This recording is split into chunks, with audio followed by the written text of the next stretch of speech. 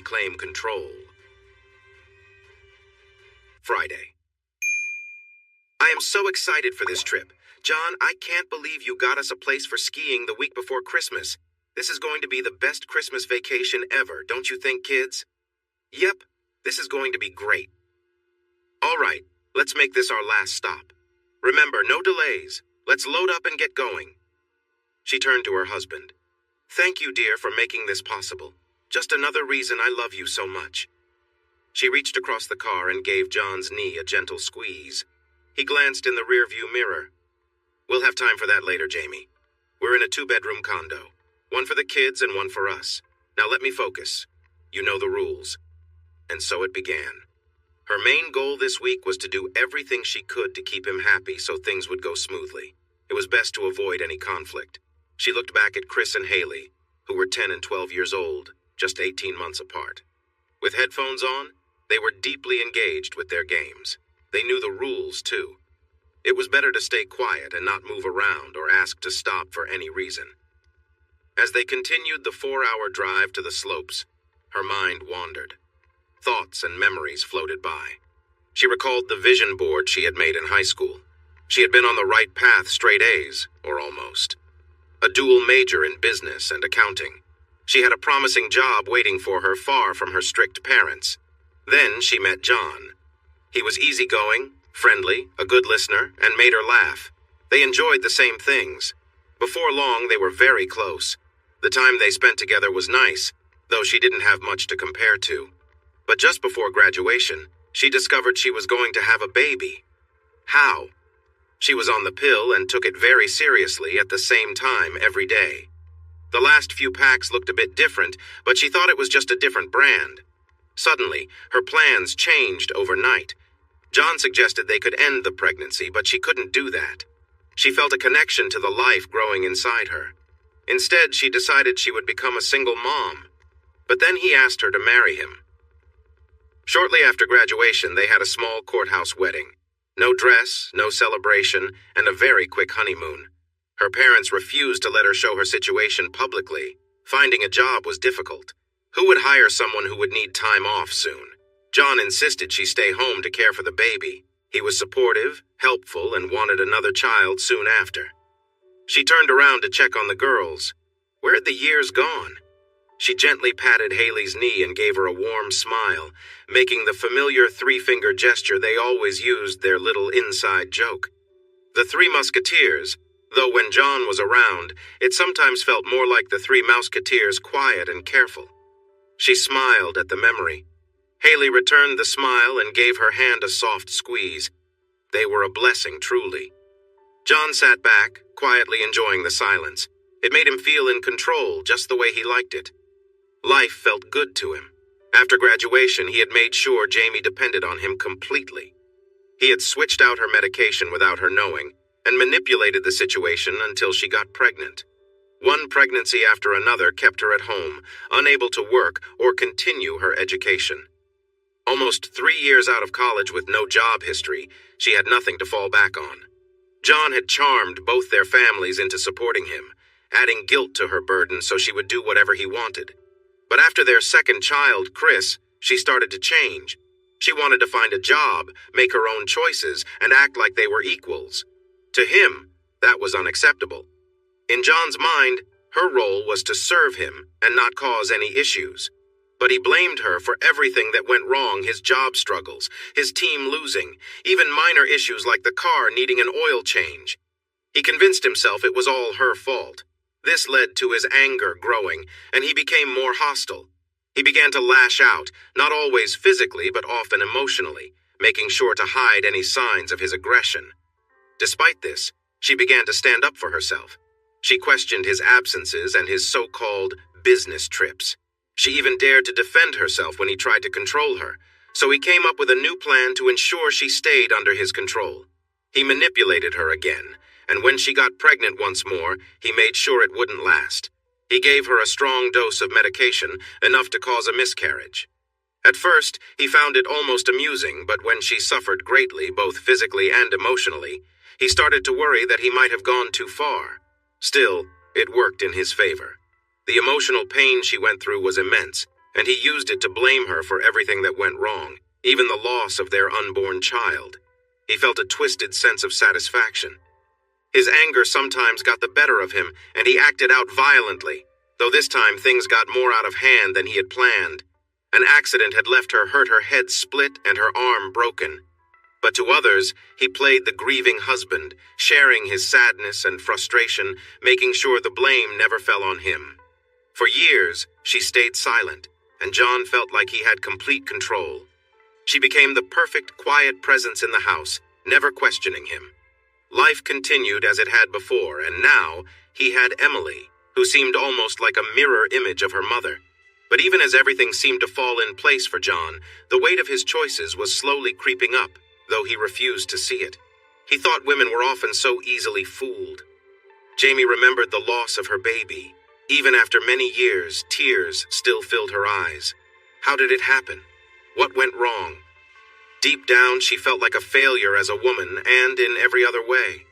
She had hoped for sympathy and understanding, but when she got home, John started yelling.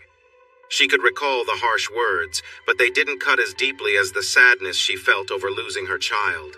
She believed she deserved this treatment. She felt like a failure as a wife and as a mother. She thought of herself as broken. It wasn't until he lost control and she got hurt that he finally stopped. Even he seemed shocked by what he had done. Things only got worse afterward. The anger turned into more outbursts. It began to feel like he took pleasure in being cruel. Jamie reached out to a divorce lawyer, but he pointed out that they lived in a place with no-fault laws, meaning John might get the children half the time. Jamie couldn't let that happen. She feared for what would happen to the kids if they were left with him. So she stayed, wanting to protect them. She carried her shame alone, sharing it with no one. Her parents loved John and blamed her for everything that went wrong. They said it was her fault for getting pregnant and losing the baby. His parents also accused her of ruining his life and forcing him to marry her. Jamie took it all without defending herself. She believed deep down that she was a loser. When he got angry, she silently took it. If he turned his frustration toward the children, she stepped in to redirect him, taking on their upset too. She never left them alone with him. It was hard, but she stayed positive and found joy in watching the girls grow up to be wonderful young ladies. Maybe, just maybe, this week would be different. After a long drive, they arrived at the ski resort, checked in, and unpacked. They had a quick lunch before heading out to ski. John gave clear instructions on the gear needed. When the staff tried to suggest better options for Jamie's boots and skis, his glare ended the conversation. The kids were enrolled in ski school for the afternoon. They weren't thrilled. The girls thought they were ready for more challenging runs, but Jamie believed they needed more practice. The adults made their way to the slopes. "Jamie, it's been a while since we skied. Why don't you take a few runs on the easier slope first while I take the one above?" John suggested. "No way. I'm ready to tackle something tougher. Let's go for the next level up." They took the chairlift to the top, and when Jamie looked down the slope, it seemed steeper than she remembered, making her second-guess her decision. But she declared, "And I'm off." John followed. At first, she felt rusty. The slope had icy patches and was worn from use. She knew she had to be careful, so she tried to focus on her technique, maybe too much. As she tried to relax and get comfortable, she was almost at the bottom of the slope when her ski caught and she fell forward. She reached out to grab her poles but landed hard. She felt a sharp pain in her forearm and knew something was wrong. As she tumbled down the hill, she could barely feel her skis come off. When she finally stopped, she clutched her arm, wincing in pain and worrying about how bad it might be. John rushed over, looking upset. "Jamie, I can't believe you. I told you to take it easy. Let's try the easy slope.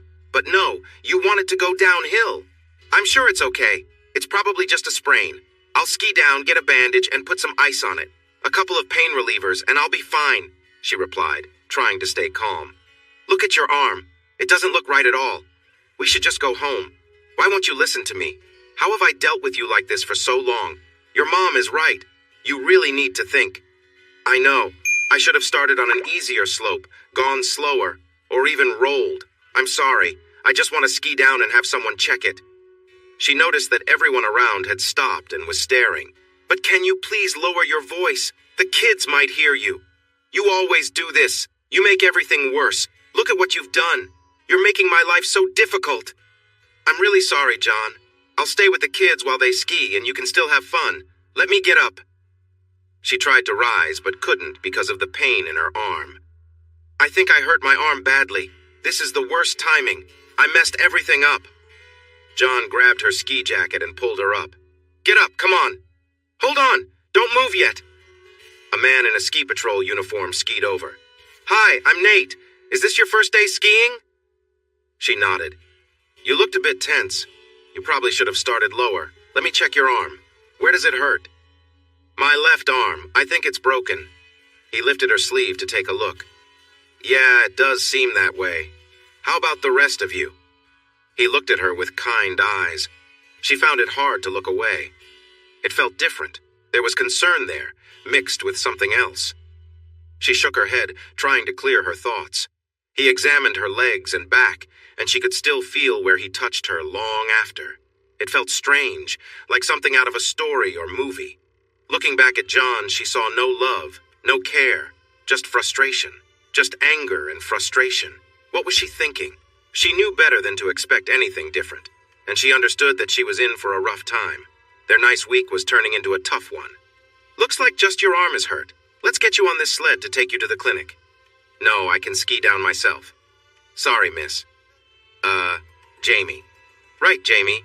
I think you'll need to move a bit less for now. But first, let's get you on the sled. If you have another accident on the way down and hurt your arm again, it could be bad. Trust me, you'll enjoy the sled. He had John hold the handle and easily lifted her as if she weighed nothing. She was only 5'4", and the joke among her friends was that she was just a bit taller than that. But wow, she thought, not only was he handsome, but he was also really strong. She could still feel where his hand had touched her shoulder as he lifted her. She scolded herself. What is wrong with you, Jamie? She had so many layers of clothes on, but it was strange how she could still feel his touch. She had never felt anything like that before, and John was right there. Feelings of shame and guilt quickly replaced any excitement. All right, here we are at the clinic. I'll unbuckle you now, Jamie, and then we can get you inside. Sir, could you please take her skis and poles? Nope, I'm heading back up for another run. I'll see you in the room later. She knew she would have to face the consequences of ruining his week. He gave her an annoyed glance and skied away. That's your husband, right? The worker asked. She nodded. Nice guy. Anyway, let's get you into the clinic. You've cracked a bone in your forearm. The good news is you won't need surgery. The bad news is you'll need a cast for about a month, and no more skiing for now. I'm going to give you some medicine to help with the pain while I fix it, the clinic doctor explained. Is there someone here to help you to your room? She shook her head. No, it's fine. I'll manage. Just do what you need to do, really. She figured she could handle this and wanted to be alert when John returned. But miss, please just go ahead. He did what he needed to do. He seemed to feel her pain as he carefully put her arm back in place. She ended up with a splint, an x-ray, and then a long arm cast. She tested her arm. Oh, this will take some getting used to, but thank you, doctor. I appreciate your help. She felt frustrated with herself, but she knew that what she had just been through was minor compared to what was coming. Later in the afternoon, John and the kids came back to the room. Great job, Jamie. You've messed everything up. Again, let's just pack the car and go home. No way, John, please. I made a mistake and got hurt. I'll take the kids to the slope and watch them. They'll be okay. That way you can relax and get all your skiing in. I know how much you've been looking forward to this trip. We can't leave. It's good to be away. Please, she begged. We'll stay, but I'll ski with the kids, or better yet, I'll hire trainers for them, and that way I can keep skiing. You can do whatever you want, John said, his voice dripping with frustration. All she could think was, of course, John would play the victim again. She knew what he was thinking, that he couldn't believe he had put up with her for 12 years. He was already planning how he'd tell their parents she had ruined the vacation. He'd probably already sent out a message letting everyone know how hard he was working to be the perfect dad. An old country song came to mind. Everything you did was wrong. She wondered what punishment was waiting for her this time. Maybe he'd just yell. Maybe. She could only hope. That sounds great, John. I need a short nap. The medicine the doctor gave me for my arm has me feeling a bit groggy, she lied. Then we can head out for dinner. I'm so sorry, John. I've put everything on you. Yes, you did. Again, go ahead, take your nap. The kids and I will get dinner and bring you something. Thanks, honey. Later that evening, John turned to the kids. Okay, I don't want to hear a sound from you two. Watch TV or play on your tablets. No noise. You're in for the night. Do not come to our room. Understand? The kids looked at each other and nodded. They knew what that meant. Their mom was in trouble again. Jamie was resting when John came into their room. He tossed a styrofoam container of takeout food onto the desk. So how are you doing, Jamie? Without waiting for an answer, he added, We brought you some dinner. We took a little walk, so it might be a bit cold. Thanks. I'm sure it'll be fine, she said, even though she knew it wouldn't be. Could you help me with a shower and getting into pajamas? No, I have to make some calls. Okay, how are the kids? She asked. They had a great time, all excited for tomorrow. I figured they'd hit the slopes in the morning, then the tube ride after lunch. That should tire them out. I'll try to get some work done after. I thought you weren't going to work while we were here, she said quietly. It's just a little. Some of us have responsibilities and a job that needs attention, even on vacation, unlike others who just lay around watching TV. Jamie stood in the shower, careful to keep her arm dry, wrapping it in a plastic bag to protect the cast. She had been through enough broken bones with Haley and herself to know how to handle it. As she washed, she could hear John talking on the phone, laughing. Work, she thought. Suddenly, she felt John step into the shower behind her. He reached out and began washing her back. His touch was unexpected, and for a moment she softened. She had been bracing herself for anger, but instead, he was gentle. It was confusing. Despite the arguments, the coldness, and the way he treated her, there was a part of her that still cared. For better or worse, right? She wasn't sure anymore. She wondered if she deserved to be treated this way. After all, she often felt like a disappointment to John, her family, and herself. John's temper flared. He grabbed her roughly, pushing her towards him. In the shower, she felt overwhelmed, but she knew resisting wouldn't change anything. She endured it, waiting for the moment to pass.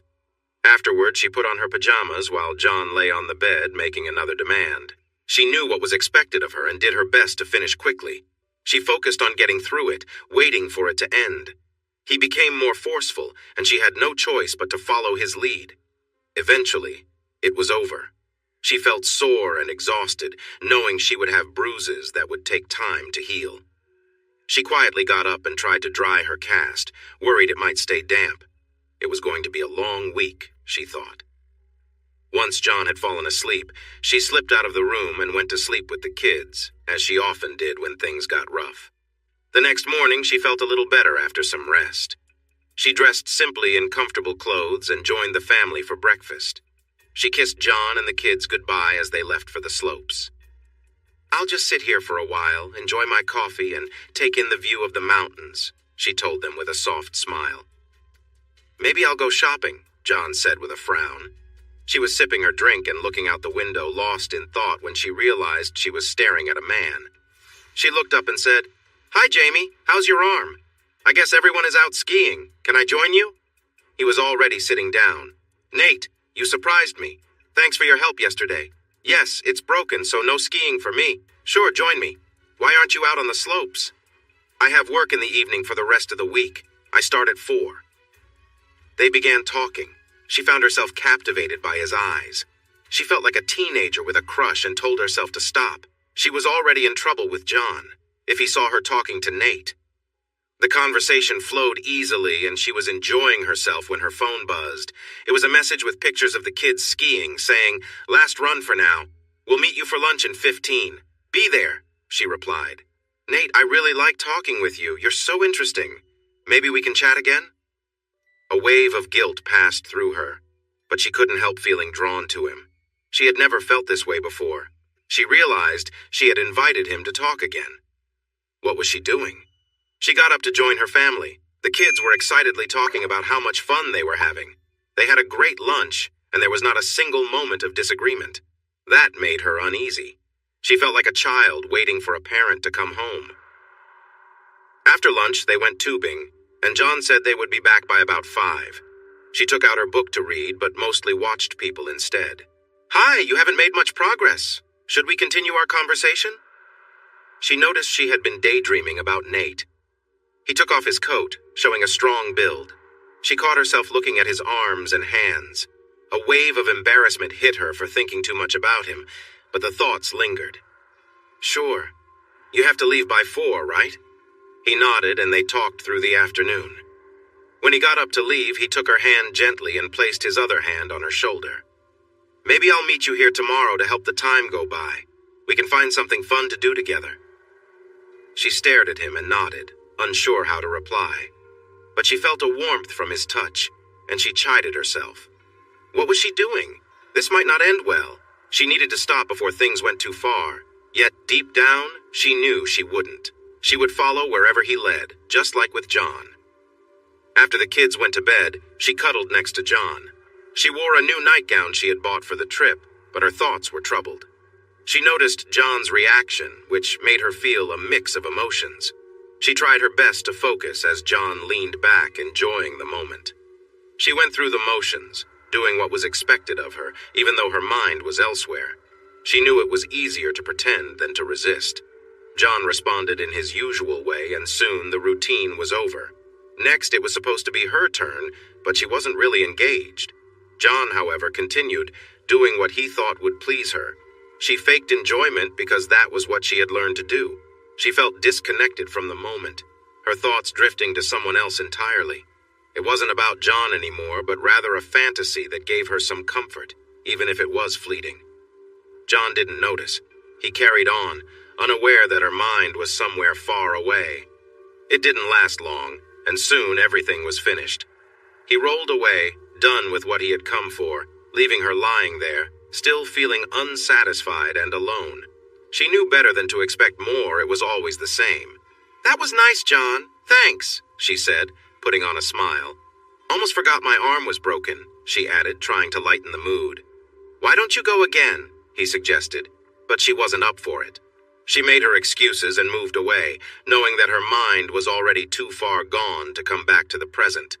It was always the same routine.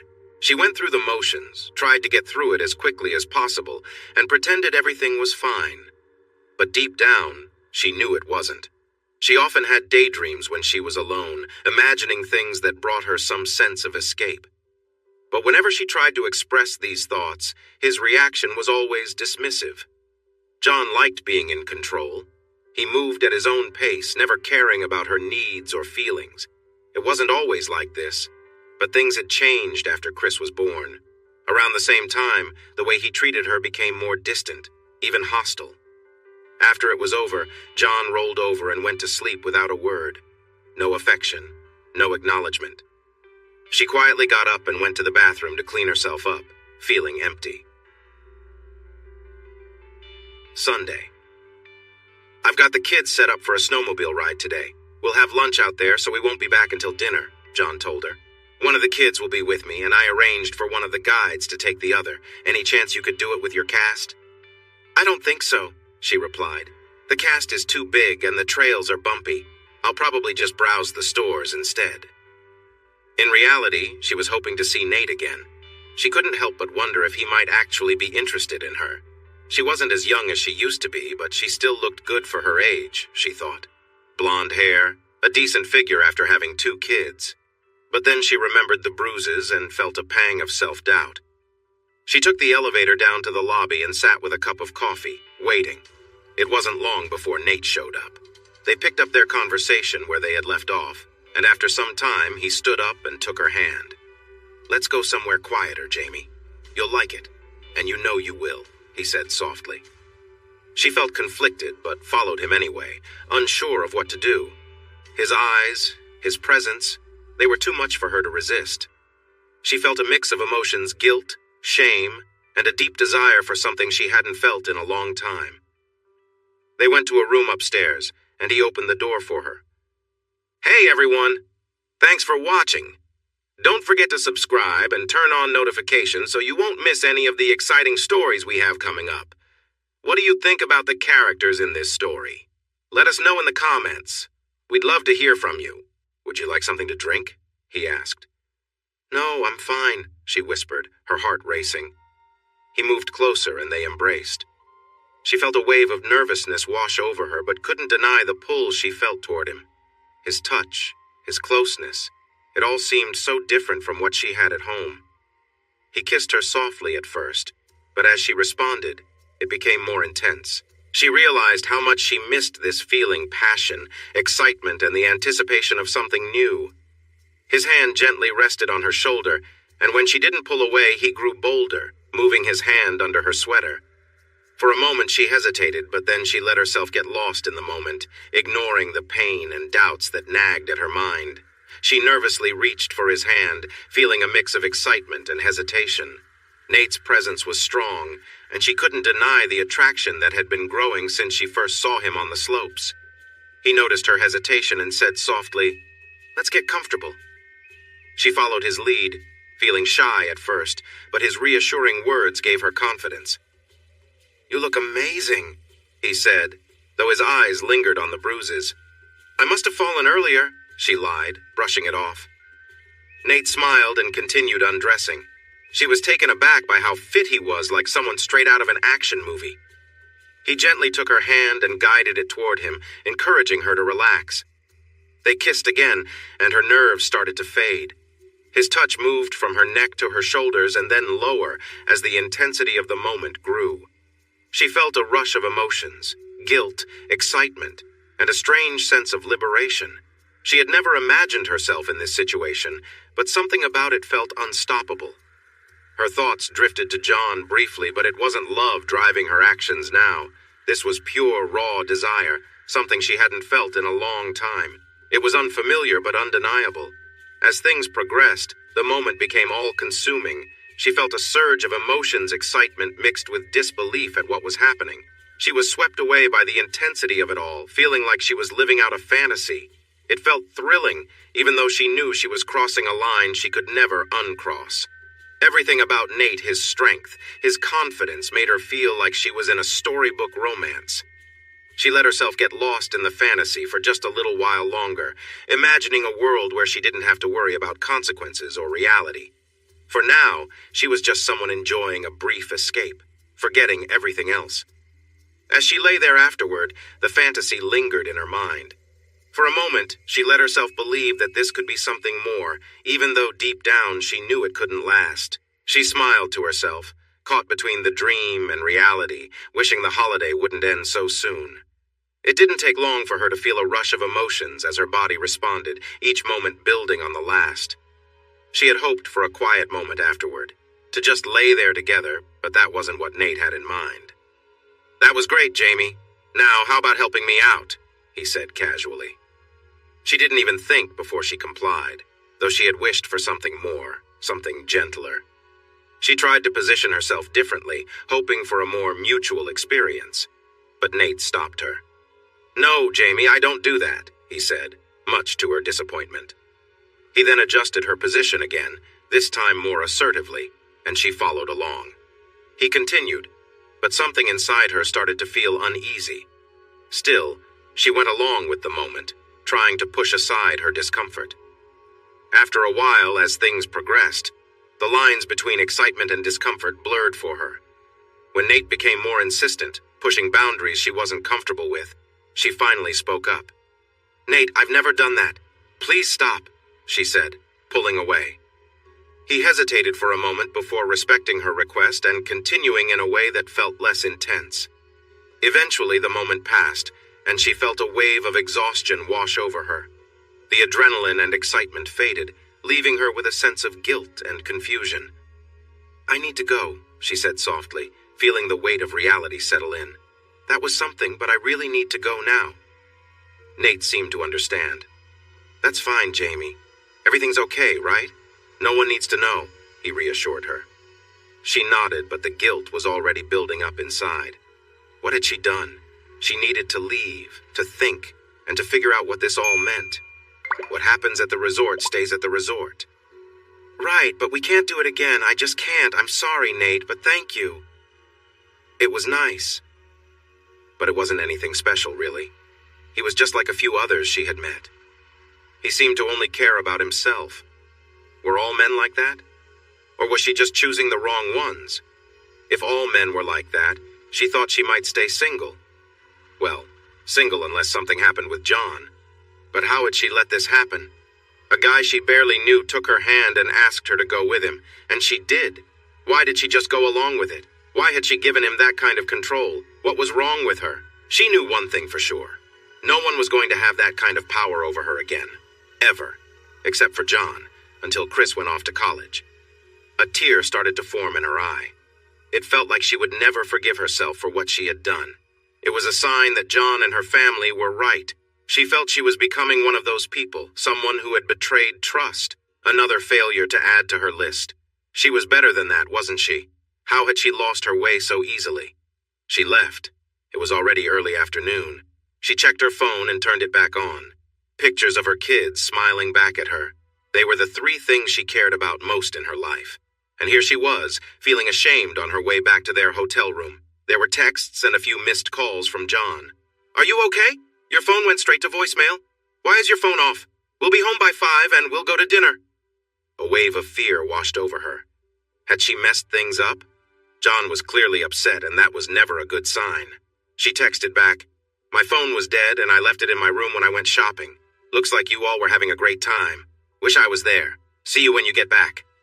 She jumped in the shower, trying to calm down, but it didn't work. The weight of what she'd just done clouded her mind. She was sure she looked guilty, that John would somehow know. She had no idea what would happen if he found out, but how had she let this man have so much control, a man she hardly knew? John had a special place in her heart because of their history together, but now, he would have even more power because of her actions. The guilt and shame made her feel weak. It took away her resolve. She tried to rinse it all away, even washing her hair. She knew it would likely be messy without any products to tame it, but she couldn't risk anything lingering in it. When they got home, the girls were so excited. She felt almost as excited as before at the start of their trip. They had a chance to drive the snowmobiles and made plenty of stories to share. John reminded her to be careful while driving. Jamie felt sad for missing out on the fun with them. John noticed her feelings. "Are you okay?" he asked. She couldn't look at him. His gaze made her feel guilty, as if she needed to confess something. She thought about how it felt like a big neon sign of guilt was right above her. "Yes, I'm fine. I'm just sorry I missed everything. I went into town for a little shopping, but my arm was pretty sore afterward," she replied. "Why don't we do something together tomorrow?" he suggested. "No, you and the kids should make the most of your time. What are your plans for tomorrow?" The girls chimed in. "We're going skiing in the morning and ice skating later. Why don't you watch us?" "Sure, I can do that. Watching sounds fun," she said. That night, after the kids were asleep, John tried to be romantic. He touched her, but she felt groggy from the pain pills she had taken. She sensed his unease and felt a wave of fear. She knew there was no way he could tell something was wrong, but it felt like everyone could see her secret. "John, I can't. I'm really tired and my arm hurts. I'll probably sleep through the night. I'm sorry for spoiling our plans." He looked at her, his mood shifting. "No problem. I understand. I should have seen this coming, but you know the rules?" Yes, she remembered. At least she could follow along in some way. John had noticed something was off. Jamie always had her phone and never let it die. What if something happened to the kids while she was out? He remembered her guilty looks and how she hadn't looked him in the eye. She spent the day shopping but didn't come back with anything. That didn't seem like her at all. He never imagined Jamie could ever stray from him. She was too fragile for that kind of thing and didn't have the strength. He always expected her to follow his instructions. She was aware of what could happen if he suspected anything was wrong. She knew better than to cross him, or so he thought. Maybe he was mistaken, but he was determined to find out, even if it meant being harsh. She needed to face consequences for making him doubt her. This could even be an opportunity for some excitement. He started by checking her phone. He wanted to be sure there were no calls or messages he should worry about. She might have deleted them. He activated the phone tracker and made sure it showed up on his device. He searched the 2 rooms quietly. There was nothing unusual. She hadn't ordered anything. He rummaged through the trash. In the kitchen bin, he found a tied-up bag. It annoyed him that he had to dig through the waste to reach it, hidden among some food containers. When he opened it, a wave of anger washed over him. After everything he had done for her, this was how she repaid him? It was infuriating. He thought of waking her up and starting her punishment right away, but he wanted to take his time with this. He needed more information. He took a swig of strong alcohol. Who was involved? It had to be the guy from the ski shop. He rushed downstairs to check the car. There hadn't been any new mileage since they arrived. She had lied about her trip into town, so she must have seen him here. Did she really think she could get away with this? He began to plan her punishment. Maybe he should confront her now, but she looked too drowsy to make it interesting. Tomorrow he would make her face the music. He was eager for it. And then he would end their marriage. After all, he had someone else in mind. He thought about changing some of her medicine to ensure things went his way. It was a restless night, filled with thoughts of revenge. "John, you look terrible. What's happening?" "Oh, I just had a rough night. Something I ate didn't sit well with me." "Why don't you take a break from the kids? They would understand." "No, it's fine. I don't want to mess up their vacation like someone else tried to do." Her face flushed with guilt and shame. "We'll see you at noon and then head to the rink." He gave her a quick kiss on the cheek, not wanting her to be suspicious. Ironically, that kiss made her worry that something was wrong. He never kissed her goodbye. Instead of skiing with the kids, he dropped them off with an instructor who promised to teach them new skills. The kids were excited.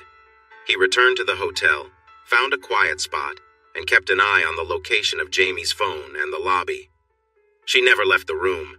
In a way, that made him even angrier. He had wasted the entire morning looking forward to catching her in the act. At noon, John gathered the girls and met up with Jamie for lunch.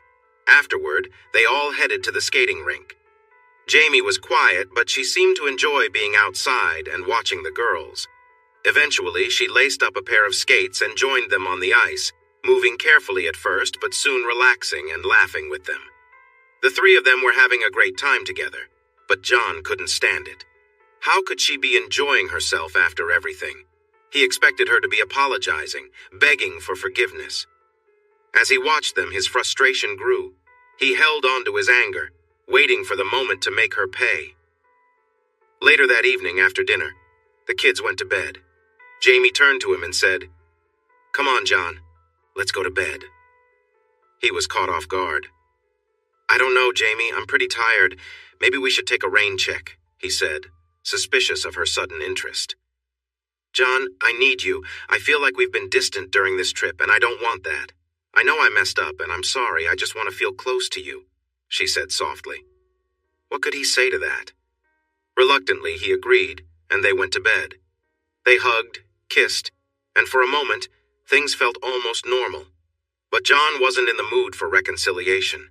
His frustration took over, and in that moment, all he could think about was control. He wasn't interested in closeness, only in asserting his dominance. As the night wore on, his anger simmered beneath the surface. He held on to it, letting it fuel his sense of power. Jamie remained quiet and compliant, unaware of the storm brewing in his mind. John had regained his control, but it didn't bring him the satisfaction he thought it would. In the end, he stayed by her side, but his mind was still clouded with anger and resentment. He felt in control again, but at the same time, a part of him knew that something had changed. The distance between them had grown deeper, and no matter how hard he tried, he couldn't shake the feeling that things would never be the same again. John's frustration had built up over the course of the evening, and it showed in his rough behavior. With Jamie on all fours, he became forceful, his actions harsh and unkind. She winced, but remained silent, doing her best to get through the moment. He moved quickly, with no care for her comfort, and she could feel the tension between them grow even stronger. As he continued, it was clear he wasn't holding back, and his intensity only increased. Jamie tried to keep up, but there was no gentleness in his actions tonight. She offered to try something different, hoping to ease the situation, but it only seemed to frustrate him more. Her willingness was met with indifference as he continued to push boundaries, not giving her a chance to prepare. Tears welled up in her eyes, but she stayed quiet, enduring his rough treatment. He didn't notice, or perhaps didn't care, as he continued without pause, his mind focused solely on his own satisfaction. When it was over, Jamie wiped her eyes with the sheet, trying to understand what had just happened. "Is everything okay, John?" she asked softly, sensing something was different. "I guess I got carried away," he replied, brushing off her concern. He remained distant, lost in his own world, as she quietly dealt with the aftermath. It was a night that neither of them would forget, but for very different reasons. Jamie felt a deep sense of confusion and sadness, unsure of where things had gone so wrong. John, on the other hand, seemed content to let things be, showing no sign of regret for his actions. "I'm feeling a bit tired, but I'm okay," John replied with a slight smile. Jamie looked at him, wondering why he had been acting so strangely lately. It was as if something was bothering him, but she brushed it off for now. They had both been enjoying their vacation, and she wanted to focus on making the most of the time they had together. "Tomorrow will be fun," Jamie said, trying to lighten the mood. "Skiing all day sounds great. Just remember to take breaks, okay?" "We will, Mom," the girls promised, excitement shining in their eyes. "All right then. Let's all get some rest now so we can be ready for the day ahead," Jamie said. Once the kids were settled in for the night, Jamie took a moment to gather her thoughts. She felt a mix of emotions, guilt, confusion, and a deep need for connection. Meanwhile, John was outside making a call to a friend about a serious matter. He was trying to find a lawyer, even though it hurt him to think about it. The friend was shocked to hear about the situation, but John knew he had to take action. He didn't want to wait any longer. He needed to sort things out after the holidays. The next day was filled with laughter, skiing, and family bonding, which brought Jamie a sense of joy. But deep inside, she still felt uneasy about the changes happening between her and John. They all enjoyed the afternoon together, but as night fell, she knew that they needed to talk about what had happened between them. "Tomorrow is another big day," she said as they wound down. "Let's make sure we stick together and enjoy every moment." The girls nodded, their faces showing anticipation for the day ahead. But Jamie couldn't shake off the feeling that something important would need to be addressed soon. At dinner, Jamie noticed the quiet tension in the air. "You're awfully quiet," she said to John. "Everything's fine," John replied. "It's been a great vacation so far. I'm really looking forward to tomorrow. We got fresh snow last night, so I thought the kids could have another lesson in the morning. Their instructor can take them for the afternoon. Why don't I take the kids to their lesson and watch them on the slopes?" Jamie suggested. "I'll pack lunch and snacks so you don't have to stop. You could spend your time on the upper slopes and really enjoy yourself. It's your last chance to make the most of this trip. What do you think?" John stared at her for a moment before responding. "Sure, Jamie. Sounds great. And then the day after we'll have the long drive home," Jamie continued. "It'll be the 23rd, just a day before Christmas Eve." "It's my birthday," Haley piped up excitedly. "We get to celebrate, and I get presents, right, Mom? And an ice cream cake. I can't wait." "You're exactly right, Haley," Jamie smiled. "We'll celebrate. But with the drive and everything, some of the celebrating might have to wait until Christmas Eve, okay?" Jamie's mind, though, was elsewhere. Her thoughts were distracted. "What's wrong, Mom?" Haley asked, sensing the change. "Oh, nothing, sweetheart," Jamie reassured her. "I've just been thinking about how much fun you've all had this week. I've really missed being part of that. So tomorrow you all have to make the most of it, okay?" That evening, they spent some time together as a family. John stepped out for a while, supposedly for work. Jamie found it odd that he was making business calls at 8 o'clock, especially since he seemed to be laughing more than discussing anything serious. Later, when they were in bed, Jamie took a shower and tried to rekindle some connection. "Come on, John," she said playfully. "Let's enjoy ourselves tonight. I bet you'll be too tired tomorrow." She tried to draw him in with gentle touches and a kiss, but his response lacked the energy she had hoped for. Determined, she continued, hoping to bridge the distance between them. But as things progressed, John became more detached, his actions rougher than she expected. Eventually, John got out of bed, surprising her. "What are you doing?" she asked, confused. He shifted her position without explanation, and what followed felt uncomfortable and unsettling. Jamie tried to keep up, but it was clear that something had changed between them. Despite her discomfort, she stayed silent, unsure of how to react. In the end, John seemed satisfied, but Jamie was left feeling more distant than ever. She couldn't shake the feeling that things were not right, but she didn't know how to fix it. John pulled her closer, but his thoughts were elsewhere. As they lay there, he felt a surge of control, thinking about the future and what would come next. He imagined dragging things out, making her plead and beg, before finally going through with the divorce. He could picture their families siding with him, blaming her for everything. It was all part of his plan, but for now, he decided to let it play out. The next morning, John left early without a word. Jamie handled the morning routine with the kids, getting them ready and suggesting they try snowboarding instead of skiing. The kids loved the idea, and after a morning lesson, they spent the afternoon enjoying the new activity. Jamie took lots of pictures, capturing their smiles, and for a brief moment, it felt like things were normal. John returned later, tired from a full day on the slopes. They all turned in early, and to her relief, John wasn't interested in any tension that night. The day had worn him out. Jamie tried to find peace in the quiet, but sleep didn't come easily.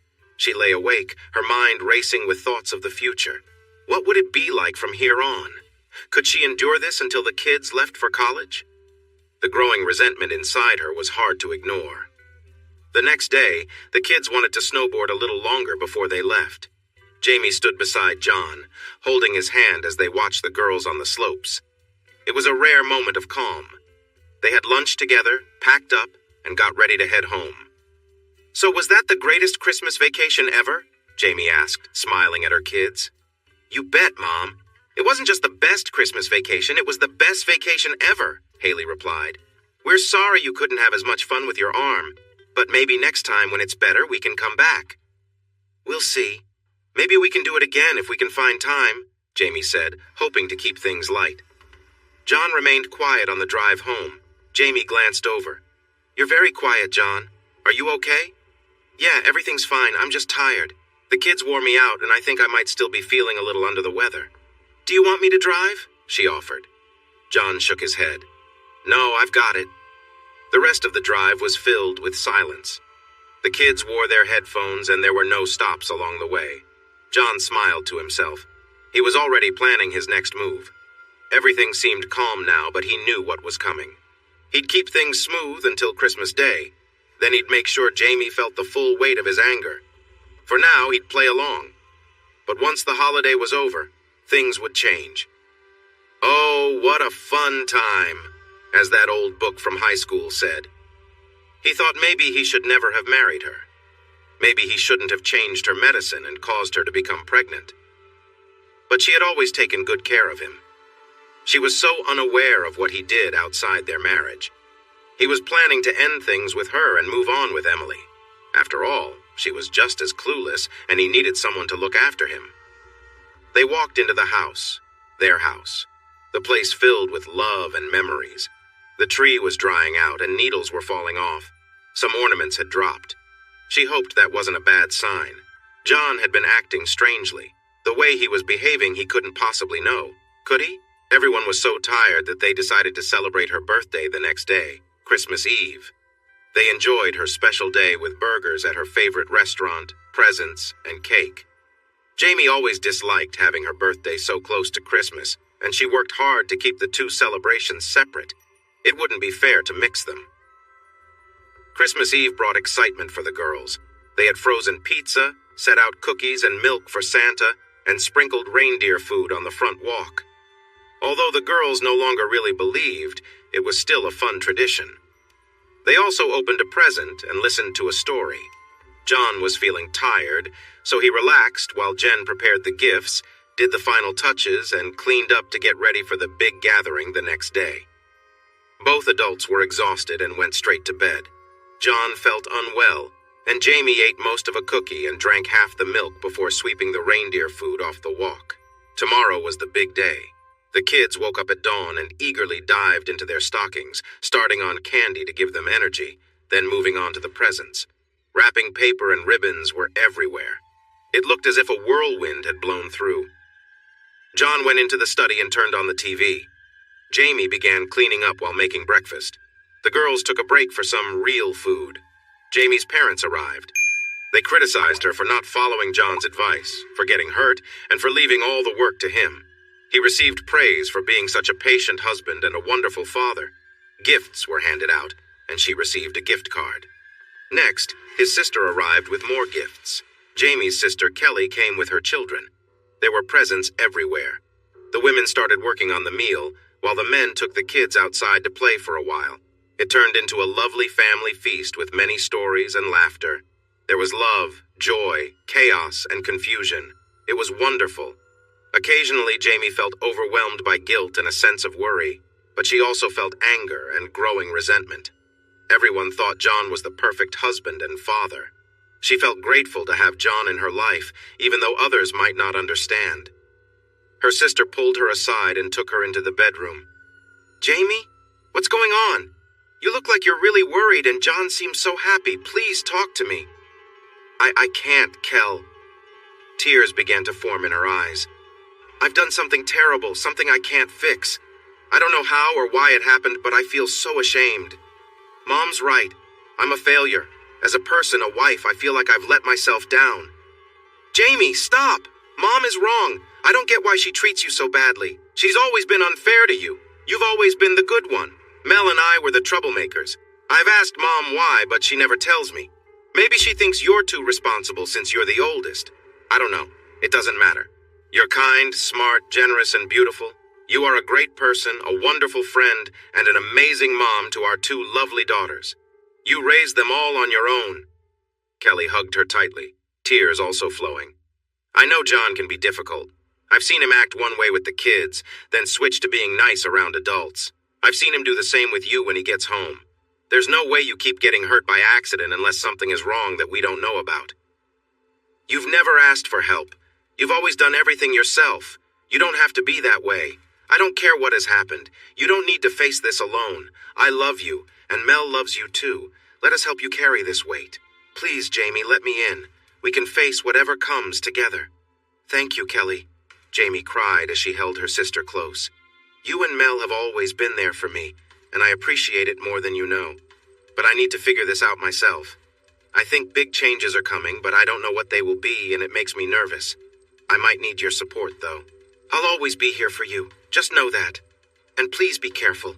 You can talk to me whenever you want, but I really think he's not treating you right. Call me any time." By 7, everyone had left. The girls were tired and were getting ready for a shower before bed. Jamie wanted to relax, but John wanted her to tidy up while he had another drink. "Can we take care of the rest later?" she finally said. "Let's go upstairs and you can give me a special Christmas present," John said with a grin. "I need a few minutes to sit and gather my thoughts," Jamie replied, trying to stall. "I'll grab some tea and join you," he said, not giving up. Later, as they sat together, Jamie tried to break the tension. "John, thank you. This has been the best Christmas, and even with my broken arm, it's been the best vacation we've ever had, except for our honeymoon, of course." John's response was sharp. "Well, if you remember, you messed that up too. You had morning sickness the whole time." Jamie looked down, feeling shame wash over her. "I know, but this vacation felt special. I'm sorry I didn't listen to you earlier in the trip. I'll make it up to you, I promise."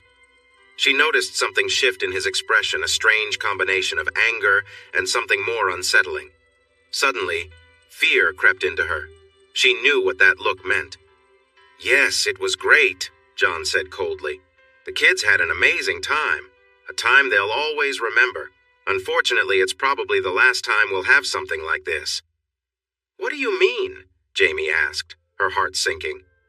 "I have an appointment with an attorney next week," John said flatly. "An attorney? For what? What kind of attorney?" Jamie's voice trembled. "A divorce attorney," John replied, the words hitting her like a blow. "A divorce attorney?" Jamie's mind raced. "Why?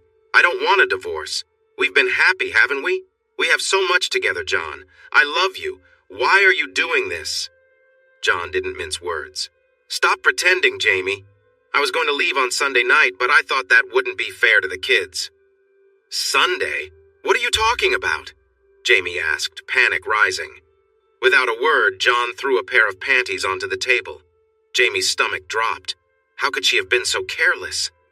"What are those?" she asked, her voice barely above a whisper. Don't play dumb, Jamie. Those are your panties from your little meeting with Nate. I could smell it from across the room. John's voice dripped with disgust. Her world crumbled in an instant. She sat frozen, unable to process the situation. Then suddenly, the first hit came. She didn't see it coming. The blow knocked her to the floor. "John, please, I'm sorry!" Jamie cried, her face stinging. "I don't know why I did it. It was a mistake, I swear. I've never done anything like that before, and I'll never do it again. Please, we can work through this. I love you so much. Can't we find a way?" John wasn't listening. He grabbed her shirt, yanked her up, and slapped her again, throwing her back down with force. "You talk about feeling empty?" John spat. "That's how I've felt all week. I leave the house and you run to Nate. After everything I've done for you, this is what you do to me? You make my life miserable, and now this? How dare you?" "John, please," Jamie pleaded, tears streaming down her face. "The kids will hear us. Please don't scare them." "I don't care about the kids," John yelled, his anger boiling over. "I'm not sure why you got pregnant and made me marry you, and then you convinced me to have a second child. John, please don't scare them. I don't know how it happened. I was using birth control. You wanted the second baby, right? I'm really sorry. And even my sister noticed you were not yourself. What were you thinking about? Is it him?" He kicked her. "You let another man touch you? You belong to me.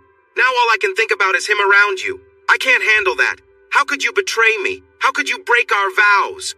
No, Jamie, I shouldn't have married you. I should have left you and the child alone. But I felt bad for you. Honestly, the child might not even be mine." He pulled her up and hit her again. Suddenly she thought of bears. If a bear comes close, they say to curl up and play dead. She almost laughed. This time the bear would get her, no matter the position. He hit her in the stomach and pushed her against the couch. She fell onto the floor. He came over and hit her again. "You hurt my hand!"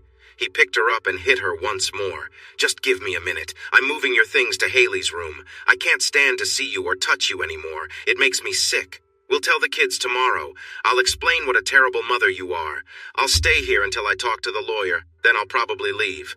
"Wow, Jamie. This was the worst Christmas vacation. I'm finally free. It's time to move on. You've messed up my life long enough. Maybe this was the worst vacation ever. But what could she do now?" Her head spun, and blood trickled from her lip. She didn't know what he planned, but it surely would be dramatic.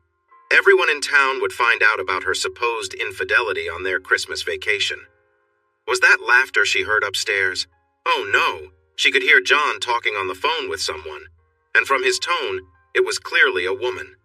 As she looked at her injuries in the mirror, she thought it was time to curl up and cry. She had a lot of tears. An ice pack would help too. They say the morning brings clarity. For Jamie, it came in the middle of the night. How had she let herself get trapped in this situation? She didn't deserve it. She wasn't a failure. She had just allowed John to treat her poorly for 12 years. Why had she been so weak and passive? He was right. They should never have married. Enough. It ends now. She was going to take charge of what happened next, take charge of her life. So she went to work. She opened a new online account with half of her savings. She also applied for her own credit card. Next, she checked his computer and found a lot of calls to a certain number, going on for over a year, even during their vacation. She needed to call that number before she talked to John. Then she discovered a secret account where he was spending nearly as much as he claimed to be earning. She made an appointment with a divorce lawyer that her friend Greta had recommended. She thought this time of year might be quiet for the attorney, so it was a good opportunity to be seen. "Good morning, girls. I made waffles and bacon for breakfast today. How does that sound? After that, you can play with all your new toys," she said, looking at her daughters. They could tell something was wrong, but they wisely stayed quiet about it. "Good morning, John. I made some coffee for you. Feel free to help yourself to the waffles. I need to run some errands for a couple of hours, and then we can talk," she said with a tone that suggested she was ready to move on.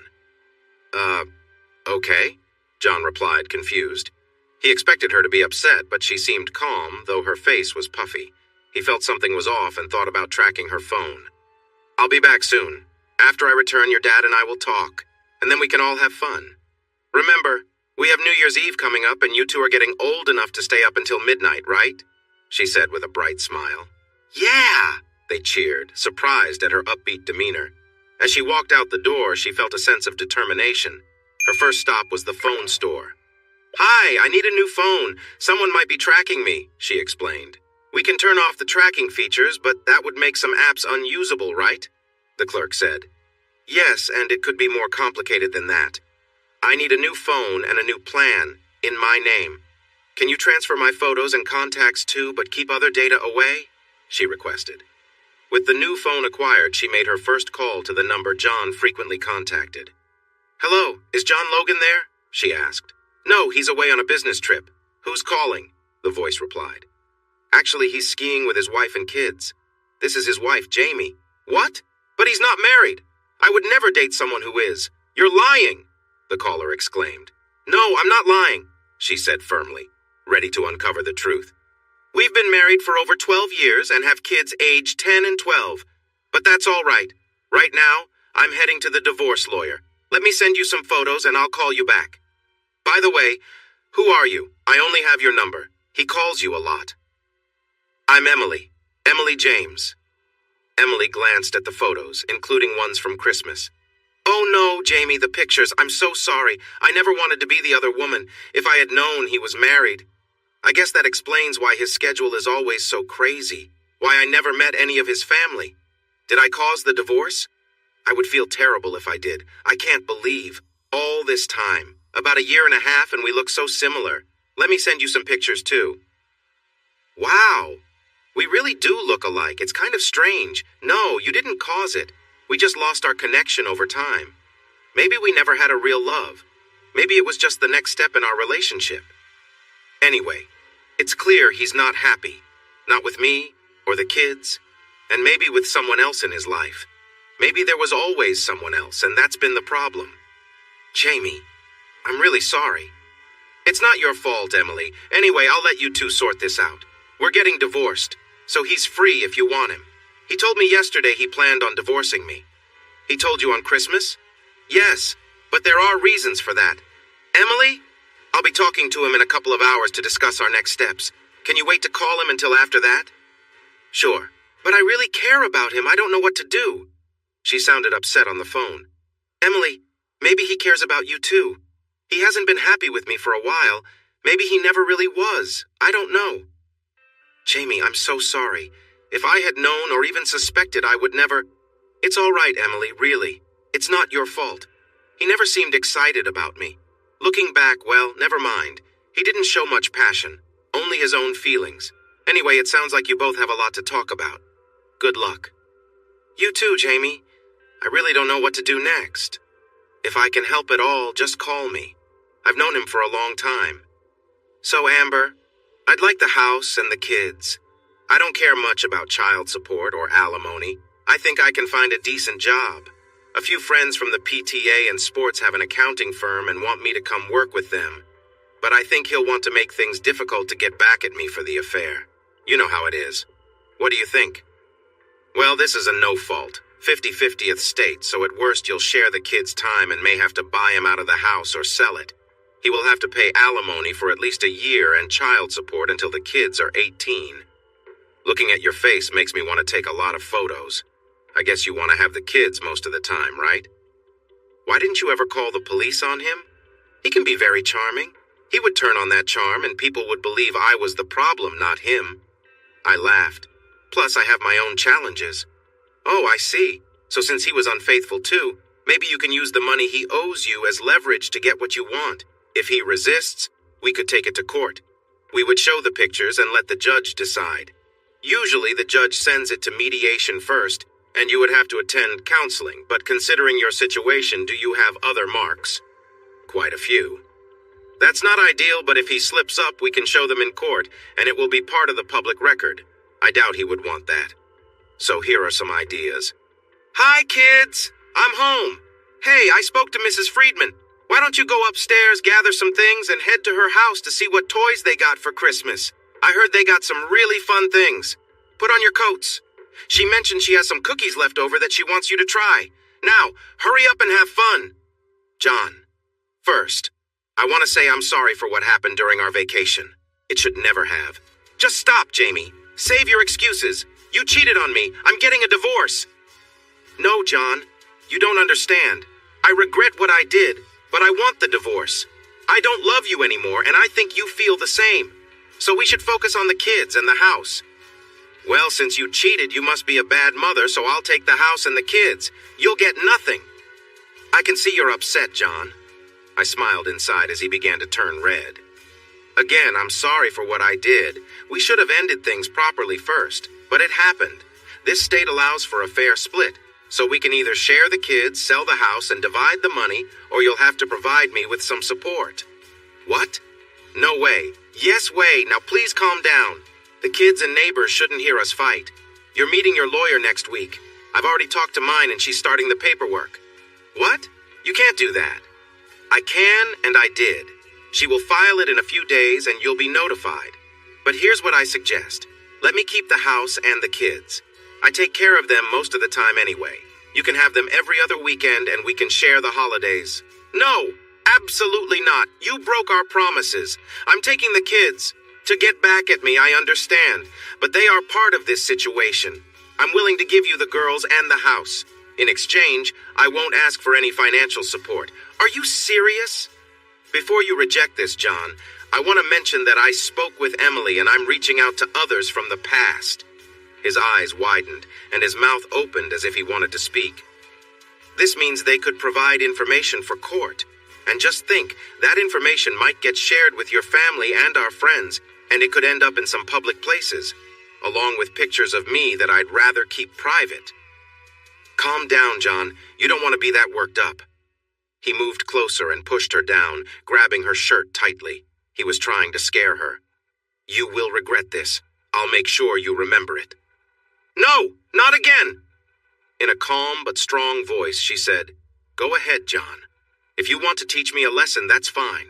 I've been recording this, and after I defend myself, I'll call the police, and you'll face serious consequences. So this is your only warning. Let me go. Now. He let her go and stepped back, unsure of himself since she'd never stood up to him like this before. Why don't you take a moment to think? It's best to talk to your lawyer. You know you don't really want to be the main caregiver for the girls. They might seem easy now, but when they grow older, the changes that come with growing up can be challenging for everyone involved. And if it came to light that maybe you aren't the perfect father after all, think about how that would change things. Maybe we should focus on making this change as easy as we can for the girls. They deserve that. They actually enjoy themselves more when you're not around, but I'll guide them to show they're sad about the situation. We can rearrange their rooms, and I can stay in Haley's room. We don't have to act like we're close, but we should at least respect each other. Talk to your lawyer about everything, not just the parts you want to share later. We'll plan our next steps after that. And don't forget, Emily is waiting for your call. You both have much to discuss. She wasn't too happy to find out that you were married with kids and that she looked a bit like my sister. Jamie went to the kitchen to get some coffee and then checked on the kids next door. As she turned to leave, Haley followed her out. Mommy, are you okay? Your face is all red. That's 2 days in a row. Can't you make Daddy stop? No, everything is fine, Haley. I think things will get even better soon. It's just adult stuff. Go have fun.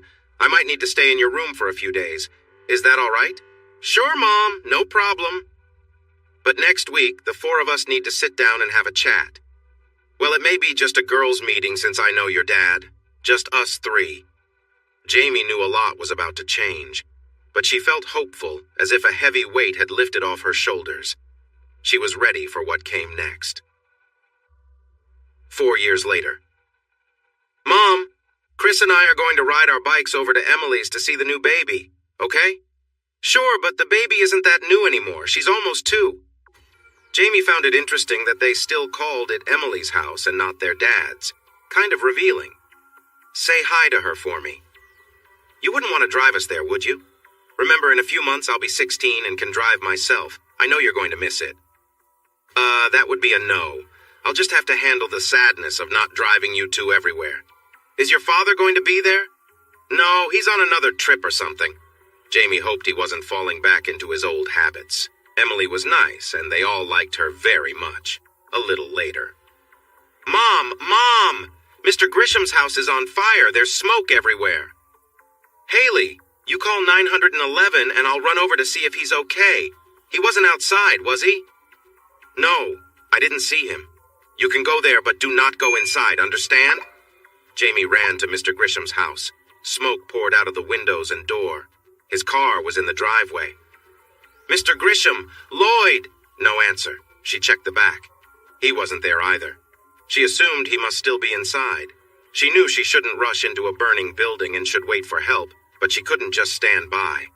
She took a deep breath and went into the smoky house. She checked the living room. No one was there. She ran past the bathroom, but then backed up, soaked her shirt in the bathroom sink, and held it to her mouth. Her heart raced in her chest.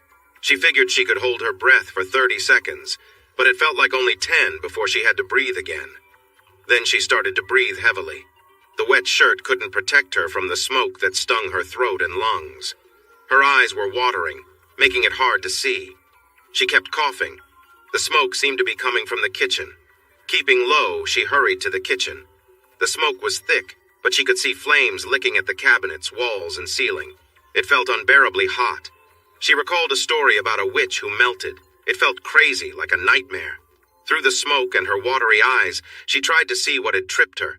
She gasped when she realized it was Lloyd. He lay still, not moving. She couldn't tell if he was breathing. Desperate, she checked, and after a moment, she blew air into his mouth. She coughed, but managed to give him 2 more breaths. She knew they needed to get out fast. The heat was overwhelming. She'd never experienced anything like it. She felt her hair starting to burn and something running into her eyes. It was painful. Summoning all her strength, she pulled Lloyd's feet and started dragging him backward, coughing the whole time. Once outside, tears streamed down her face as she hugged him tightly and stumbled with him, finally collapsing onto the grass in the front yard. Neighbors rushed to help. "He's not breathing. I'll take a breath. You check for a pulse." "How do I do that?" She gave him several deep breaths, then felt his neck. There was no pulse. In a panic, she unbuttoned his shirt and did chest compressions. The neighbors gathered around to watch. She pressed fast and deep, feeling his ribs crack beneath her hands. "Come on, Lloyd, please." Suddenly, he stirred and coughed. "Lloyd, breathe! Just breathe for me!" She barely noticed the crowd shifting around her. A hand touched her shoulder, causing her to jump. Though she couldn't see clearly, she heard someone say, "We've got this now. Start the oxygen and check his rhythm. Get an IV started. Use his left arm. Make it a big one." Staring at the scene, she offered, "Here, let me help. You look a bit rough. Here's some oxygen for you, too." She continued to cough and spit out dirt and soot. "You did a brave thing, but that was dangerous. Please sit on the grass. Someone get her a blanket." She looked down and realized her shirt was gone. Feeling embarrassed, she quickly adjusted her clothing. Neighbors must have loved that, she thought, and blood. There was blood everywhere. She tried to figure out where it was coming from. She felt dizzy but went to touch her forehead. There was a big cut, a painful reminder, she thought. She pulled her hand away and looked at it. Then she glanced down and gasped. Her arm was bright red and there were bumps forming. The same was true for her chest, and she could feel them on her face. She felt so hot. A wave of sadness hit her when she saw her hair. It was damaged. Her beautiful hair was ruined. She could only stare at it. "Mom! Mom! You saved him! You saved Mr. Grisham, but you're hurt! Mom! You're hurt!" She wanted to hug her, but when she moved, Jamie winced in pain. "Sorry, Mom. I'm so sorry." "It's all right, Chris. I'm okay." "She's fine, girls. Please step back a little and let her catch her breath. We need to start an IV and get her to the hospital with Mr. Grisham. Is your dad around?" "She's divorced. Just Chris and me." "Will you two be okay here by yourselves? Is there somewhere you can stay? Your mom will likely be in the hospital for a few days. We'll need to monitor her breathing closely." The girls looked at him, confused. "Sorry, she breathed in a lot of smoke, and that can harm the lungs." "Yes, sir. We can stay at my stepmom's, Emily. We were on our way when we saw the smoke." "Why don't you say goodbye to your mom? Try not to touch her too much. It might hurt. Then head over there and let Emily know what's happening, and that you'll be staying for a few days." "Yes, sir. Goodbye, Mom. We love you." All she could do was stare and mumble something like, "I love you" back. Her lips felt swollen too. Then she asked, "But how is Lloyd? Is he all right? Is he going to be okay? He wasn't breathing." He looks like he'll be all right. I think you helped save his life, but like you, he breathed in a lot of smoke, so we'll need to monitor his lungs too. He was better protected in long sleeves and pants, so he didn't get as hurt. I tripped over him and hit something I couldn't see. It was so smoky. It'll be okay. Just relax for now and let us take care of you. Who are you, by the way? Jamie. Matt. Lloyd's already on his way to the hospital. The second truck is here, so let's get you ready to go. She tried to focus on what the man was saying, but her thoughts became blurry, and she felt darkness closing in until she could see nothing. Her last thought was, he called me Miss. She woke up to the sound of beeping machines around her. There was something uncomfortable in her throat. She needed to get it out, but her hands were restrained. She began to move around. It's okay, Jaime. There's a breathing tube in your throat, but we're going to take it out soon. Just take a deep breath. That's it. She felt the tube being pulled from her mouth and noticed some moisture on her lips and neck. She tried to reach up again. Sorry about that. He cleaned her up. Now that we have that out, let me free your hands. We'll put on this face shield to help you breathe better. Your lungs have been struggling a bit. How long? Well, you've been in the ICU for 4 days now, but you're doing well. Your numbers are improving. Here, take a sip of water. It will help. Just then, the doctor came in. Ah, it's good to see you awake, Mrs. Logan. I'm Dr. Morgan. You really helped Mr. Grisham. You have some burns and smoke inhalation, but nothing too deep, and your lungs are responding well. So, she coughed softly. So we're keeping you here for now. Later this morning, you'll move to a different room. You need dressings twice a day, a high-calorie and high-protein diet, and plenty of liquids. You have to drink a lot of water since it's leaking out. In a weak voice, she asked, How long? You've been here 4 days, probably 3 or 4 more before you can go home. Lloyd? Is he okay? He's already home. You saved him. He has a few cracked ribs from your compressions, but is doing well. He only has some burns on his face. Talk to you later, Mrs. Logan. Jamie. Jamie it is. There are some anxious young ladies out here who want to see you if you feel up to it. Please! The girls rushed in. Mom, we were so worried! They tried to hug her but paused because her arms and body were covered with dressings. I really need that hug. Come here. They hugged her tightly and cried a little. It hurt, but it felt good too. Mom, look! You're a hero. You're in the paper and we saw you on the news. There's even a video. Then, in a quieter voice, she added, they had to cover you up a bit while you were doing CPR because, well, it was a little too much. But on the internet, there's no cover-up. They showed her the news clip. Oh my goodness, they filmed me? Really? They nodded. But you looked amazing, Mom. Your moment is trending. Well, that makes me feel so much better, Haley. Nothing like doing CPR and being all over the neighborhood news. I'm so embarrassed. Here, watch this clip. Oh my, I look like someone I saw at the fair. She paused. Pack our bags, girls. We need to move. But Mom, it's great. What? My moment on display? No way. But you looked really good, Mom. She laughed. I was hot, right? I was running a fever, remember? They all laughed together. No, really, Mom, you looked great. You're popular, Mom. What? You've got over a couple million views online and lots of hashtags. You're famous. Great, just what every mom wants. Topless Mom. But my favorite was the recipe for baked goodies. The girls both burst out laughing. Mom, we checked your computer and... What? Why would you do that? You have like 1,000 friend requests on Facebook and a bunch of emails with pictures. Some of the guys are really good looking and they all want to meet you and go out. Some girls too, if you're interested in changing things up a bit, Mom. Yeah, Mom, you need to get back out there. You know that girls have their needs. Just look at Chris and how she acts with her boyfriend. You'd be surprised, Mom. No way, Mom. Just another case of Haley trying to put her own behavior on me. Then in a soft voice, like a little girl, Mom, you know I've always been the good one, and Haley, well, and in a motherly tone while stroking Chris's hair, I know, Chris. You've always been the good girl who gets good grades and helps me around the house. Haley rolled her eyes. I might throw up. She really thinks she's got you fooled. But seriously, Mom, you should get out more. Fill your life a bit, she laughed. My life is not empty. I'm happy with it. So please just delete my accounts when you get home. If I want a date, I'll just sign up on that hog farmer's dating site or something. More laughter. You know, Mom, speaking of good-looking guys, that fireman came by a couple of times, but you were asleep. He's really nice. Chris and I talked with him when he came in. He asked all about you and wanted to know about school and sports. Girls, you shouldn't share so much with strangers, you know that. But Mom, he's a fireman, and he's really nice. In fact, here he comes. Matt, how's the firework going? Anything exciting today? Today's actually my day off. I just wanted to check in and see how you girls are doing. Hi, Jamie. You probably don't remember me, but I'm Matt. How are you? Do you need anything? Mom, we're heading out. Emily's been waiting quite a while. They hugged her, kissed her, and left with playful smiles. The universal "he's so cute" sign. She laughed. I'm doing well, Matt. Thanks for checking in on me. I guess I was asleep when you came by before. How's Lloyd? He's already been released. Doing okay. I guess one good thing about not breathing is you don't take in as much smoke.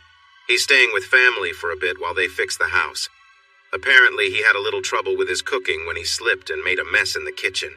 He's lucky it didn't happen worse. You did a great thing, Mom. So when do you get to go home? A few more days. I need to figure out how to get back. Emily has to take the baby for a checkup. Haley can't drive yet, and they don't want me to drive. I can take you, Jamie. Okay, Matt. But why are you doing all this? Why are you visiting and offering to help? You see a lot of people after fires. Do you have a thing for single moms or something? Are you just trying to see more of me? He turned bright red and started to stumble over his words. She reached over and touched his hand. Just kidding, Matt. The girls say I'm all over social media, trending. Mom performs CPR and saves a life. I don't think I'll be able to leave the house. So you could see more than a glimpse, I'm told. But seriously, why? My mom said I should look for someone brave to date. Date? You want to date me? You don't really know anything about me, Matt. You're courageous, quick-thinking, and clearly care about your neighbors. You've raised 2 wonderful daughters who seem strong and well-adjusted. And well, you're very beautiful. Are those enough reasons? Yes, they probably are. But with bandages all over me, how can you tell what I look like? I can see it. But Jamie, I don't want to ask if you and Mr. Grisham are, together. When she heard this, she burst out laughing, so much that tears rolled down her cheeks, making things sting. Oh, that hurts. You think Lloyd and I... She kept laughing until she couldn't catch her breath. You're making my face hurt. Lloyd and I... Well, you weren't really dressed, and if you and Lloyd weren't, what happened to your top? I took it off because it was soaked, and I was trying to breathe through it while helping him. Honestly, if my situation was that bad that I would date someone his age, I'd be so embarrassed I'd just stay where I was. I wasn't really paying attention when my clothes got loose. And see? You're focused and smart. Okay, Matt. If you can make me laugh this hard, I needed that. You deserve a chance at a date. And yes, I would love it if you would drive me home when I'm ready to leave. If you can fit it into your schedule.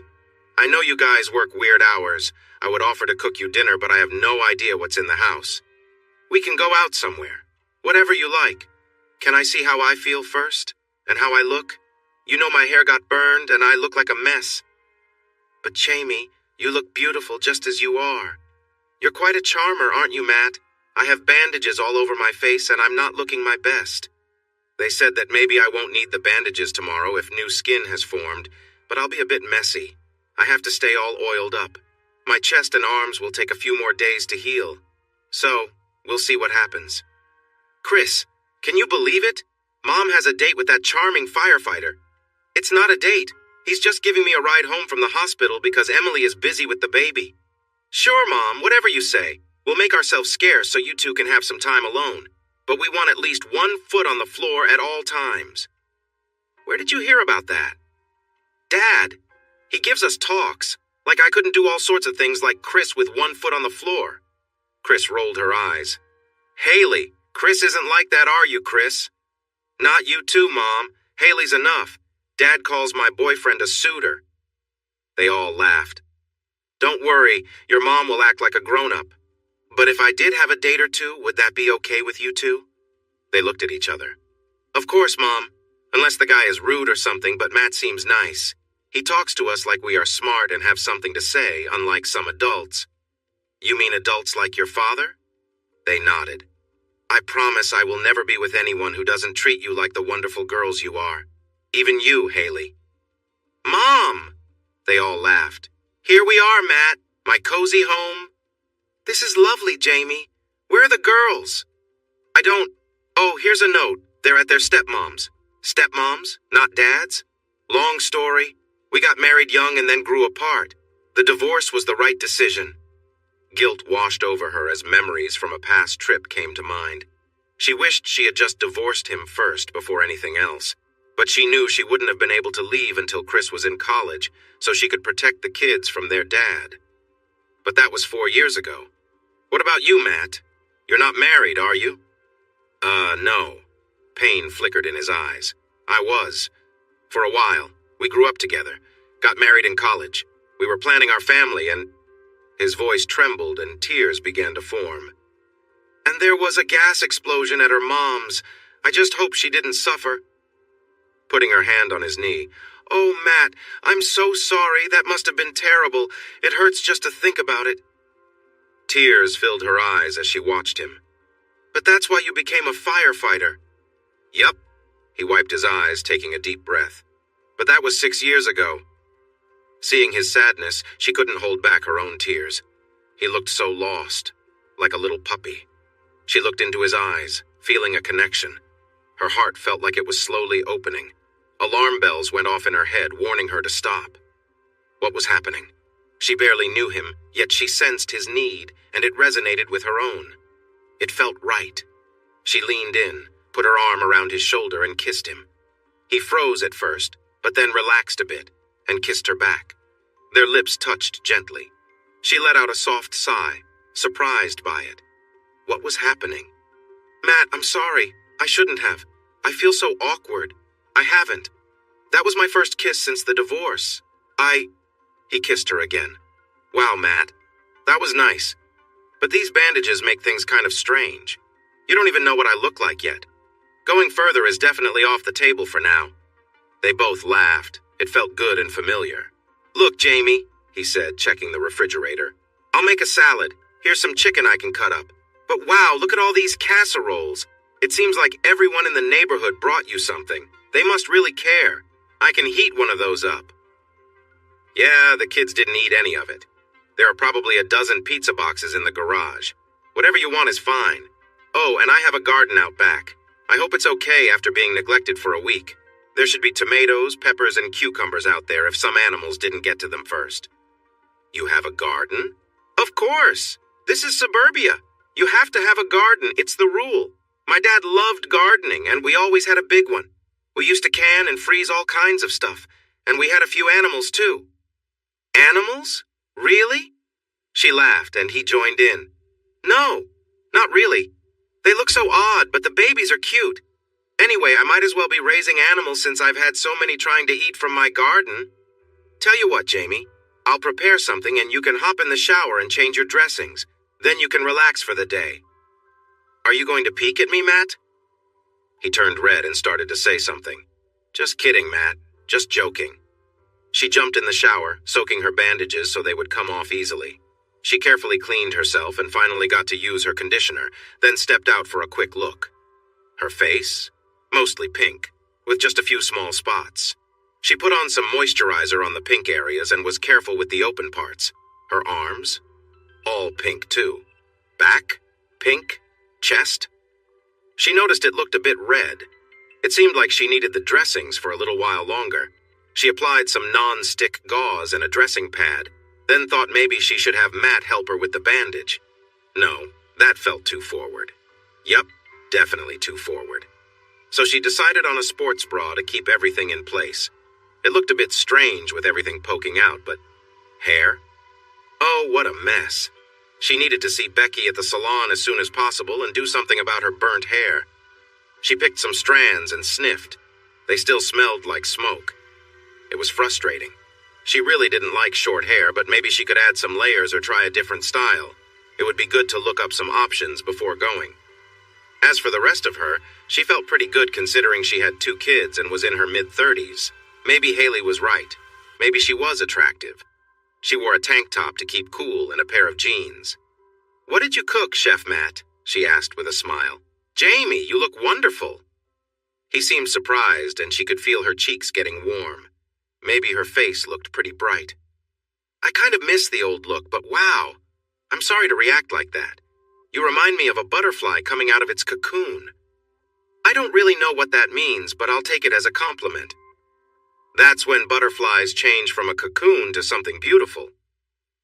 Oh, got it. So, what did you make? A quick salad and a casserole, it doesn't look too bad. Well, that casserole is way better than hospital food.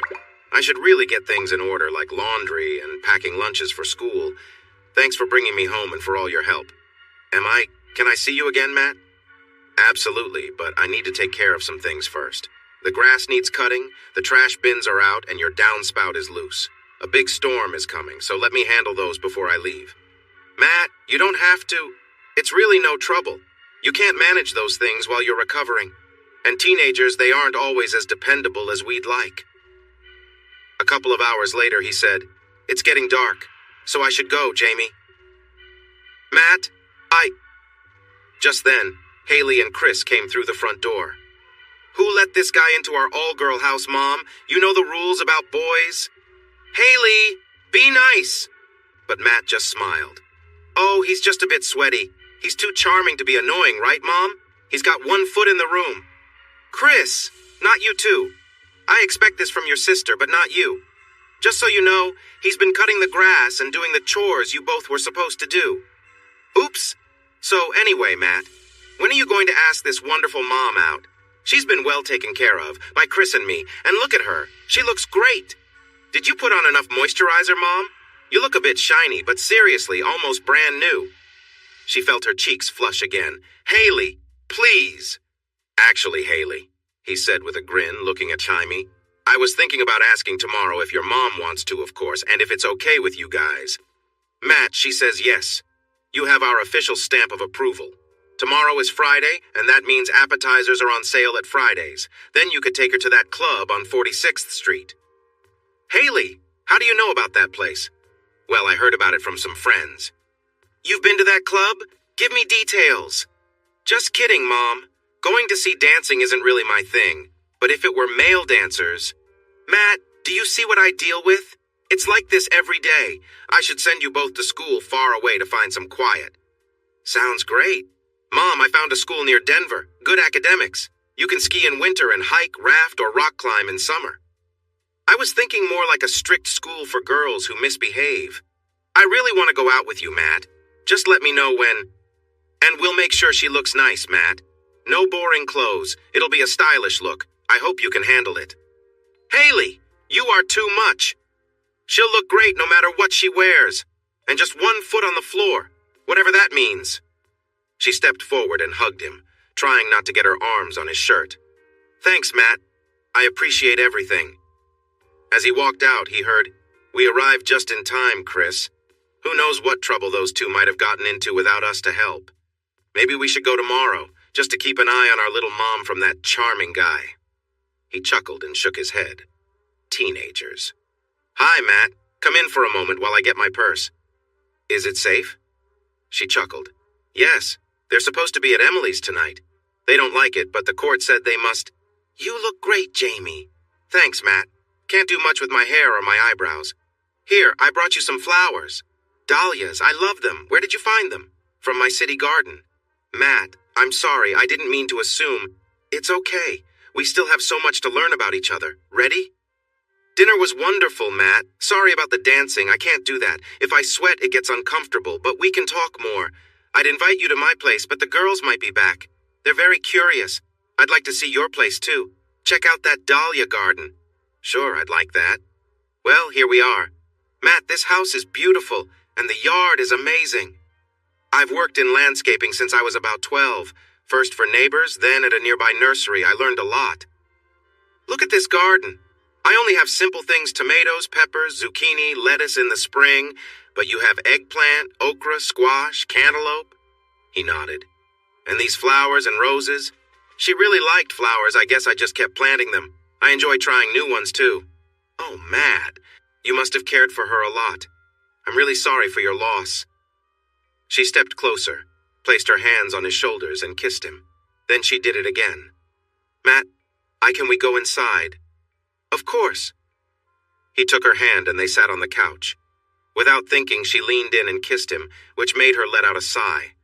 She paused, confused. Why was she sighing? There was just something about Matt. Matt?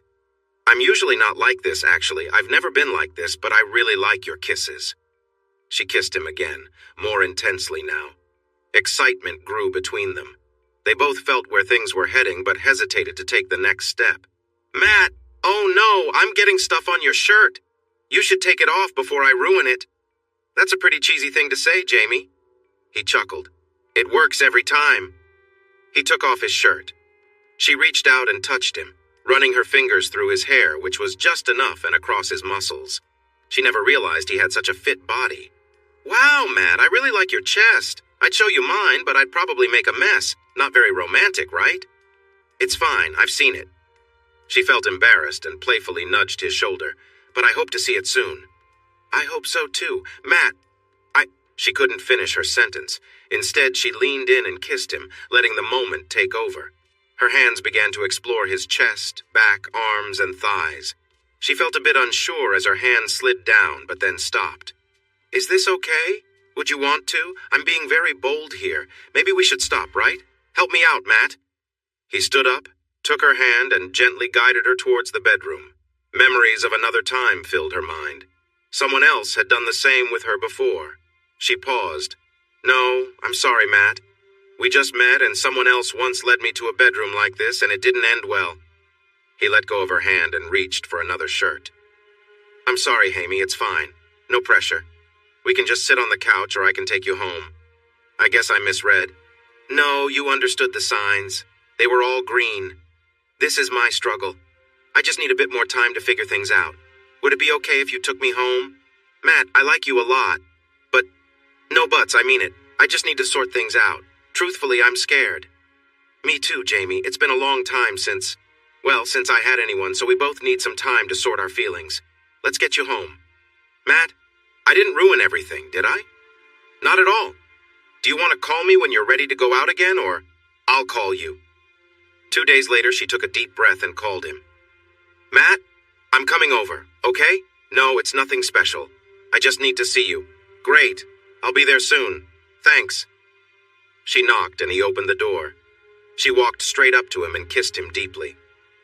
Well, Matt entered the room and Jamie greeted him silently, taking his hand and leading him toward the bedroom. He started to speak, but she placed a finger on his lips to stop him. I just want to be close to you, Matt, she said softly. I know I'm a bit of a mess, but I need this right now. Is that okay? Before he could answer, she kissed him, and they quickly fell into a deep embrace. She led him to the bed, and there was no hesitation.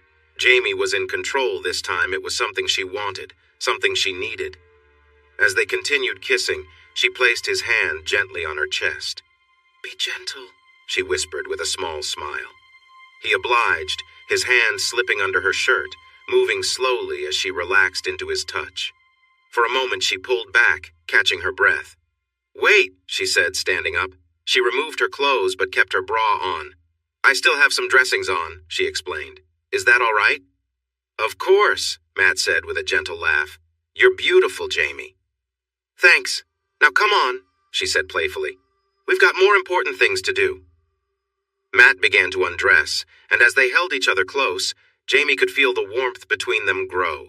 It was more than just physical, it was an emotional connection she had never felt before. This wasn't like any other relationship. She felt her heart open as they embraced fully, closer than ever. Lying on the bed, Jamie reached down, her hand gently exploring his waistline. It was a quiet moment of intimacy, something meaningful beyond just attraction. But before she could go further, Matt gently pulled her back up, surprising her by turning the focus to her. He began to softly kiss his way down her body, a tenderness in his touch that caught her off guard. For the first time, someone was putting her first, showing her care in a way she hadn't experienced. It wasn't rushed or demanding, it was sincere and thoughtful. The feeling left her both surprised and deeply moved.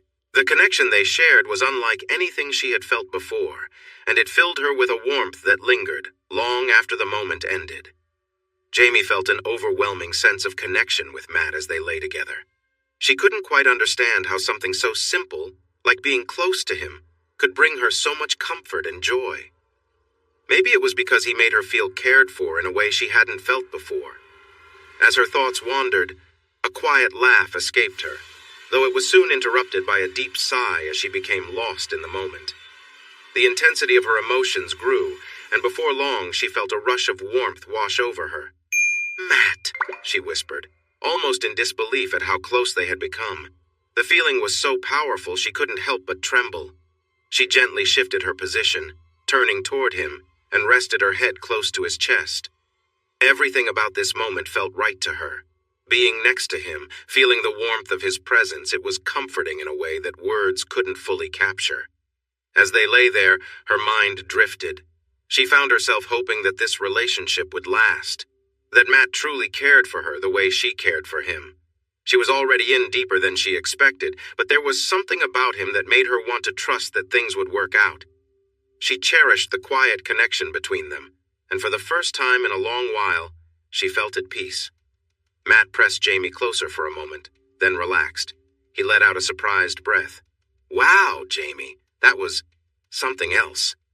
Jamie gave a playful smile, "Just trying to do my best." They were both still close, their connection strong. She moved down the bed and adjusted herself, settling in comfortably. She whispered, "Can I stay here forever, Matt?" But soon she started moving, finding her rhythm and pace, feeling in control of the moment. It was her time to focus on what felt right, knowing that they were both enjoying this together. "Turn around," Matt said with a grin. "I want to see you." Jamie laughed, enjoying how easy and natural everything felt between them. It was almost like they had done this many times before, though they hadn't. She turned and resumed their moment together, smiling down at him. "You're supposed to have your eyes closed, thinking of ways to make me happy," she teased. Matt chuckled. "I just can't help noticing the look you have with that sports bra." "You're such a goof," she said, laughing again.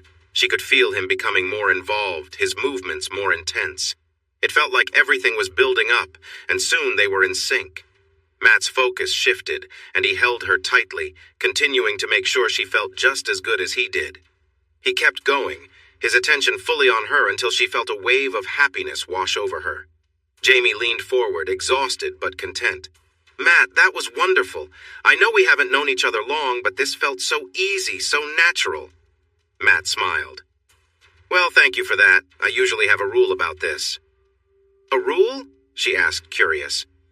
"Yeah, I don't usually do this on the second date," he said with a grin. "Oh, so it would have been fine on the first date then?" she joked. Matt laughed. "Exactly." "Well, since the rules are already broken," Jamie said, turning with a playful glint in her eye, "why not break them again?" With that, she leaned in closer, their connection deepening once more. They both shared a quiet moment, laughing softly as they let the evening unfold naturally, without any rush or pressure. It was just two people enjoying each other's company, feeling comfortable and at ease. After a little while, he changed their positions. She enjoyed different ways of being together, but this one was still her favorite. He was close to her, making her feel secure. Looking into each other's eyes felt like bliss. She thought, "God, I know this might not be the right moment for a prayer. I have asked for help before, but please hear me one more time. Don't let him leave. Let him stay with me. I promise to do my best to make him happy. Thank you." Then it was time to join the others again. She stayed the night and woke up in his arms. She felt a heaviness on her leg and was afraid to move. She didn't want to disturb him. What would this morning be like? She remembered her prayer. "Please, God." "Good morning, beautiful. You look great even first thing in the morning with your messy hair, and you know I love casual clothes." She kissed him gently, taking her time to enjoy the moment.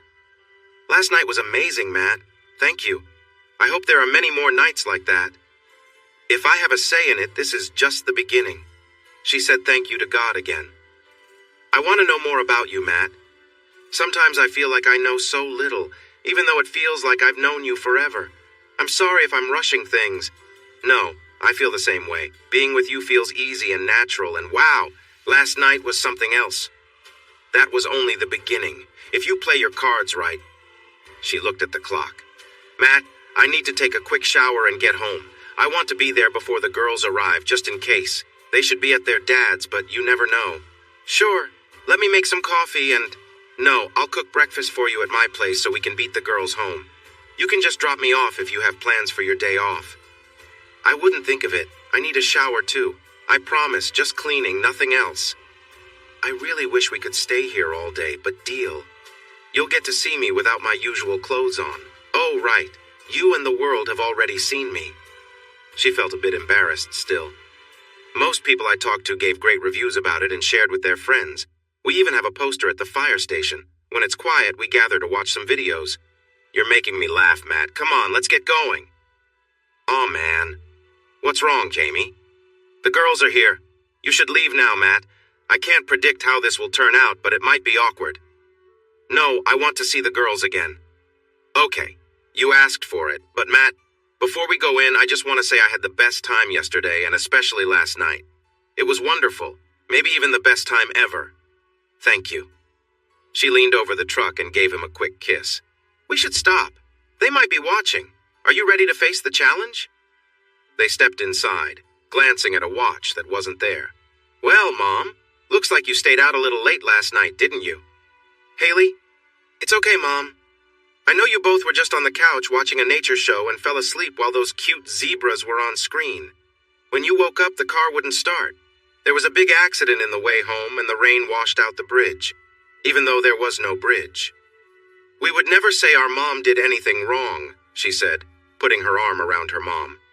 Now, Mom, we have talked about what's appropriate when dating, what boys are looking for, and what happens if you show all your cards too soon, right? Haley, you are really something. Matt laughed. Did you grow taller? I'm just 5'10". You know, Mom, as we get older, our body changes and we can get a bit shorter. I would guess you're about 5'4", or maybe a bit less. What do you mean as we age? Well, Mom, it's been a while since you grew tall. I'm still growing, though. But let's focus on you now. I know you're new to dating, so if you have questions or need advice, just ask me, now, about other things. Should I ask you about that too, Miss Know-It-All? Definitely not. Ask Chris. She's the wild one in the family. Matt chuckled. Ever since she got that tattoo. Chris? No tattoo, Mom. Haley is just being a bit dramatic. She'll calm down soon. But she's the one dating the 20-year-old. 20-year-old? Haley, do you want to explain? We've talked about this. But Mom, he's really nice. And he's done so well since he got help and is working on his GED. His piercings are interesting too. You wouldn't believe one of them. Enough. Matt, I'm sorry. Yes, laugh all you want. Just wait until they tease you. We would never do that to Matt. He's too charming. Haley pinched his cheek. And he's a first responder. Thank you for your service. And thank you. So what are you two up to today? It's Saturday. Nothing much. Just hanging out online, trying to find something fun. We have to get back to Dad's. He gets all worked up if we're not there on his days. He doesn't talk or spend time with us, but we have to be near. Can't wait until I'm 18. Let's go, Chris. Let's leave this place and let them do their thing. She hugged her mom and whispered in her ear, away from Matt. Mom, you look so happy. You're glowing. I'm really glad to see it. I love you, Mom. I love you too, sweetie. Now get out of here. You've made enough noise. Matt? She stepped forward and kissed him. Last night was amazing. I'd ask you to stay, but I have a lot to take care of. I'd love to do it again soon if you want. It was great. How about I see you tonight? Oh, wait, I can't. I have a long shift tomorrow, so I understand. Just let me know when we can get together again. Sure thing. Maybe Monday? Unless things go badly. But before I go, I noticed a lot of things here that need fixing, like that leaky sink. What if I work on some of that first and then we'll see what time it is? Matt, you don't have to. We've managed fine. I insist. Do you have any tools here? They spent most of the day working together. Late in the afternoon, she took a shower for her second dressing change. She put on moisturizer and sunscreen to protect her skin. She dressed lightly and felt good about how she looked. She hoped he would agree. She walked out of the bedroom where he was holding iced tea and staring at her. What, Matt? Do I have something on me? No, you just look so lovely. She felt herself blush. Thanks, Matt, you look a bit messy. They both laughed. It's hard to stay clean while working under the sink and changing oil in the mower. I should probably head home soon since my shift starts early tomorrow. Guess I'll have to watch some videos to relax. Matt, 3 months later. Are you ready for this, Matt? I have no idea why John is doing this. He's never had a cookout or any kind of gathering before. My family, his family, my sister Emily, neighbors. This is so unlike him, and it worries me. And why at the beginning of December? The weather can be nice sometimes, but it isn't always. We could just say you had to work or something. No, it's okay, Jamie. What could go wrong? If I can handle Haley, I can handle this. She felt really worried. John was definitely up to something, and December was a tricky time. Haley's birthday, the ski trip, his divorce filing, and Christmas. So many changes happening. So, how are you holding up, Matt? Fine. Everyone's been nice. I have to admit I need a plan for what to do. But we can figure that out later. She gave him a quick kiss. Oh, that's not right. Look at her. Will you be okay for a few minutes? I need to get Haley to watch the kids and help Emily clean up. Sure. I'm just going to move over and grab another soda, and maybe a couple of cookies. Go for it. You deserve it for dealing with this. I love you, and I love you. Go. I'll be fine. She squeezed his hand and rushed to help. Hi. Matt, right? I'm John, Jamie's ex-husband. I'm glad to finally meet you. Nice to meet you too, John. Thanks for coming to my little barbecue. We're almost done, and the girls will head home soon. Chris and Haley have said good things about you. No, all good things. And Emily thinks you're great. That's why you're here. Look, I don't know what Jaime told you about our breakup. She said you both got married young and then grew apart, and that parting ways was the best choice. That's true, I guess, but she left out something important. We had a Christmas ski trip, and she hurt her arm like a sprain. She said she couldn't ski, but she ended up being unfaithful while the girls and I were on the slopes. It wasn't right. You can't imagine how much the breakup affected the girls. I tried to get us to go to counseling, but she wouldn't even think about it. It broke my heart. We had been together since college, so be careful with that. So again, you seem like a nice guy. Do what you want with this information. Thanks again for coming and being so great with the girls. Then he turned and walked away. Matt was very quiet on the way home. Something was clearly bothering him. She needed to talk to him. Okay, girls. Go inside and get ready for bed. I'll be in soon to read your favorite story. Mom! We don't do that anymore. Unless you'll read us that silly one Chris bought. I can't believe any guy would really... Haley! Good night, Matt. They hugged him and hurried into the house. Matt, do you want to come in for a bit? You seem worried. Maybe I can help. I don't know. Jaime, we need to talk about something. Sure, Matt. What is it? I talked to John tonight. Oh, no.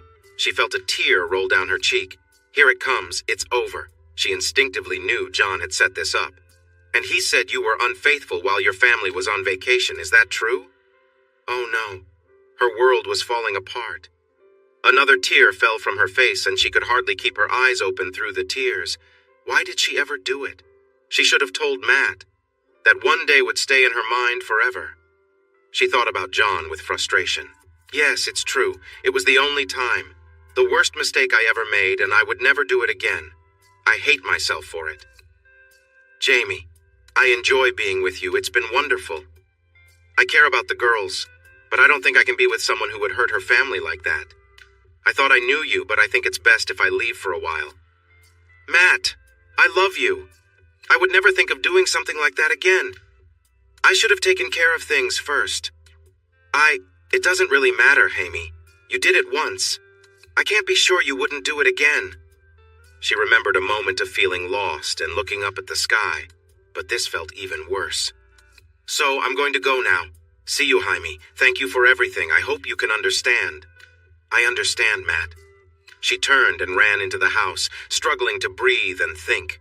Tears were streaming down her face. She didn't stop until she fell onto her bed and buried her face in the pillow, crying hard. Suddenly, she felt Haley hugging her. Mom! Mom! Are you okay?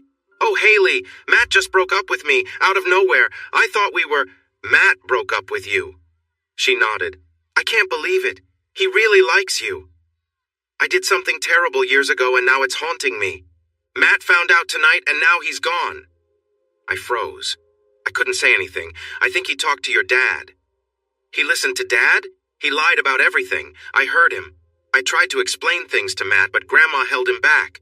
Then we had to leave. I'm sorry, Mom. He probably didn't need to lie. I messed everything up. I shouldn't have done what I did.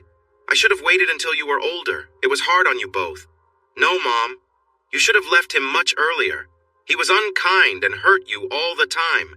We were so much happier living with you. We wished we could do it all the time, and you know you were better off on your own. You've taught us to be strong and stand up for ourselves. Sorry, Mom, but that's why things didn't work with Kyle. I liked him a lot, but then he wanted to control how I looked, how I dressed, everything. I couldn't take it, so I ended it. But now Matt's gone. I thought I was doing fine on my own. I was just starting to open up and truly connect with Matt, and then your dad took that away from me too. How can he still affect my life like this? How can he feel happy while I face so much sadness? I've been struggling my whole life. Why is that? Mom, how do you know he's happy? He won't find true happiness. He'll always feel like something is missing. Honestly, despite everything, you're better off than he is. In time, things will work out. Remember, you have us.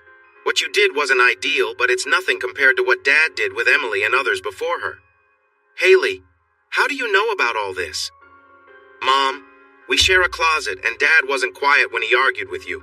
Chris was too young to notice, but I felt so angry about what he did. I worried when you came back after that trip, and I wanted to be there for you. But you did great on your own. I'm proud of you, Mom.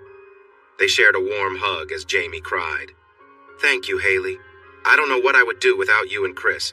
Just let it all out for now. Isn't that what you told me when I broke up with Kyle? I'll sleep here with you tonight, okay? Thank you, Haley, but I'm sorry. I shouldn't drag you into my problems. I'll handle this myself. No, Mom. It's our problem. It affects all of us. We want to help. Let's get you settled and comfortable. Just give it some time. You'll find someone who cares, even if it's not Matt. But I think he'll come around. In the meantime, we're here for you and we'll focus on making you happy, all right? So she cried again. It had been a week and her mom still hadn't smiled or laughed. Haley knew she had to do something. Chris, what's going on? You're moving so slowly. I hurt my back playing volleyball. It's stiff and I can't move well. I've tried heat and some medicine, but it hasn't helped. I have an idea. Lie down and I'll help rub some cream on your back. It might make you feel better. Are you sure? What do you want from me? Nothing at all. I just see you're in pain and I want to help. Okay, but please be gentle. Of course, just relax. Here comes the cream. It might feel a bit cold at first, but I'll rub it in and help ease the tightness. Wow, your muscles are really tense. After this, it would be nice to rest. I know it's December, but it's sunny outside and it's supposed to be warm. You could wear your new swimsuit and sit in the sun. That should help too. Good idea. What is that noise? Oh, just getting something else to help out. All done? How does it feel? Actually, much better. And you didn't hurt me. You hurt my feelings, sister. Go lie in the sun for a bit and you'll feel better. Okay, I have to go. Mom, I'm heading to the library to find some information for a school project. I'll be back soon. Chris is going to relax in the sun for a while as her back hurts. You might want to check on her. Okay. Chris walked by with a towel and lay down on the lounge chair, facing the sun. Her mom stepped outside a little later to see how she was doing. Chris? How are you, Chris Logan? I said no tattoos. What? What are you talking about, Mom? The new tattoo on your back? New tattoo, Haley. She jumped up. Where is she? I'm going to be so mad. She rubbed my back. I knew something was off. I can't believe I fell for it. Haley did that? Her mom started laughing so hard she could barely breathe. Mom, it's not funny. You have to do something. Punish her. Don't let her use the car when she gets a license. But then Chris began laughing too. And on top of that, she told me to wear the swimsuit and lie in the sun just so you'd see it. And it's a biohazard symbol. Her mom laughed more. I'm sorry, Chris. I have to sit down. I really needed that. I knew something was up when she said she was going to the library. She never even goes to libraries. She kept laughing. I feel sorry for whoever she goes after next. Let me take a look at that. Oh, Chris, I think it's that henna stuff. It won't come off easily. You'll just have to wait for it to fade away. Chris hugged her. It's fine. I kind of like it, maybe when it wears off. No! No unwanted symbols, especially not a biohazard sign. And she burst into laughter again. Chris took out her phone. You are so mean! But you did make her laugh a lot. Good job. Chris, those hamburgers and hot dogs were amazing. Cooked just right. It's so nice to be here on your birthday, Haley. December 23rd. You're 16 now. I remember the day you were born. Time goes so fast. Before we light the candles and have some cake, your grandpa and I have a present for you. Where's that special guy of yours, Jamie? Why isn't he here for this special day? He had to work, Mom. He would have come if he could. You know, Haley, it's too bad your mom didn't invite your dad. He's a great father who cares so much about you two. Jamie, I'll never understand how you threw that all away. You had everything, and John was so good to you. He tried so hard to make you happy. Now, you won't even invite him to your child's special 16th birthday. That doesn't seem right. Haley glanced over at her mom, who was getting red in the face, her fists clenching. Jamie stood up and said, "Really, Mom? Is that the right thing to say right before we cut the cake?" Haley sighed. "I'm sorry, Mom. I'm not feeling well. I'm going to lie down for a bit. You and Grandma can enjoy the cake. I'll join you later." "Mom? Should we come with you?" Chris asked. "No, that's all right. Please stay and have cake with Grandma and Grandpa. I just need a moment." "I understand, Mom. We'll be in soon." "I can't believe your mom would leave just when it's time for cake. I hope you girls learned something from this." "Enough, Grandma. You've talked enough. I'm tired of listening to you when you don't really understand what's happening. You don't know the whole story." "Chris, that's not right." "Be quiet, Grandma. You are guests in this house, our house. You should show respect to Mom. How could you talk to her like that? I think it's time for you to listen, don't you think, Chris? It's time." She nodded. "Haley, you shouldn't speak to your grandma like that. Now it's your turn to be quiet, Grandpa. If you want to be welcome here again and see us, you need to listen to Haley. It's your choice. Leave or stay. It doesn't matter to us anymore. We're tired of this. Go ahead, Haley." "My dad is not a nice person. He's selfish and hurtful. You think he was a great husband? Let me tell you how life was with him. From the time I can remember, he was always yelling at Mom, every single day, about nothing. She just accepted it. If he had a bad day at work, he would take it out on her, breaking things and making our home a mess. If his team lost a game, the same thing would happen. Mom went to the hospital at least twice because of him, and maybe more. I think he wanted her to be there to take care of him. He never helped out and never spent time with us. Mom did everything, even things like mowing the lawn. But she missed many of our family events. That wasn't fair. Dad always made sure to be there. Right. He would hurt her so she couldn't go. She didn't want anyone to see what was happening. Then he'd show up looking like the perfect dad. You really think she fell all the time?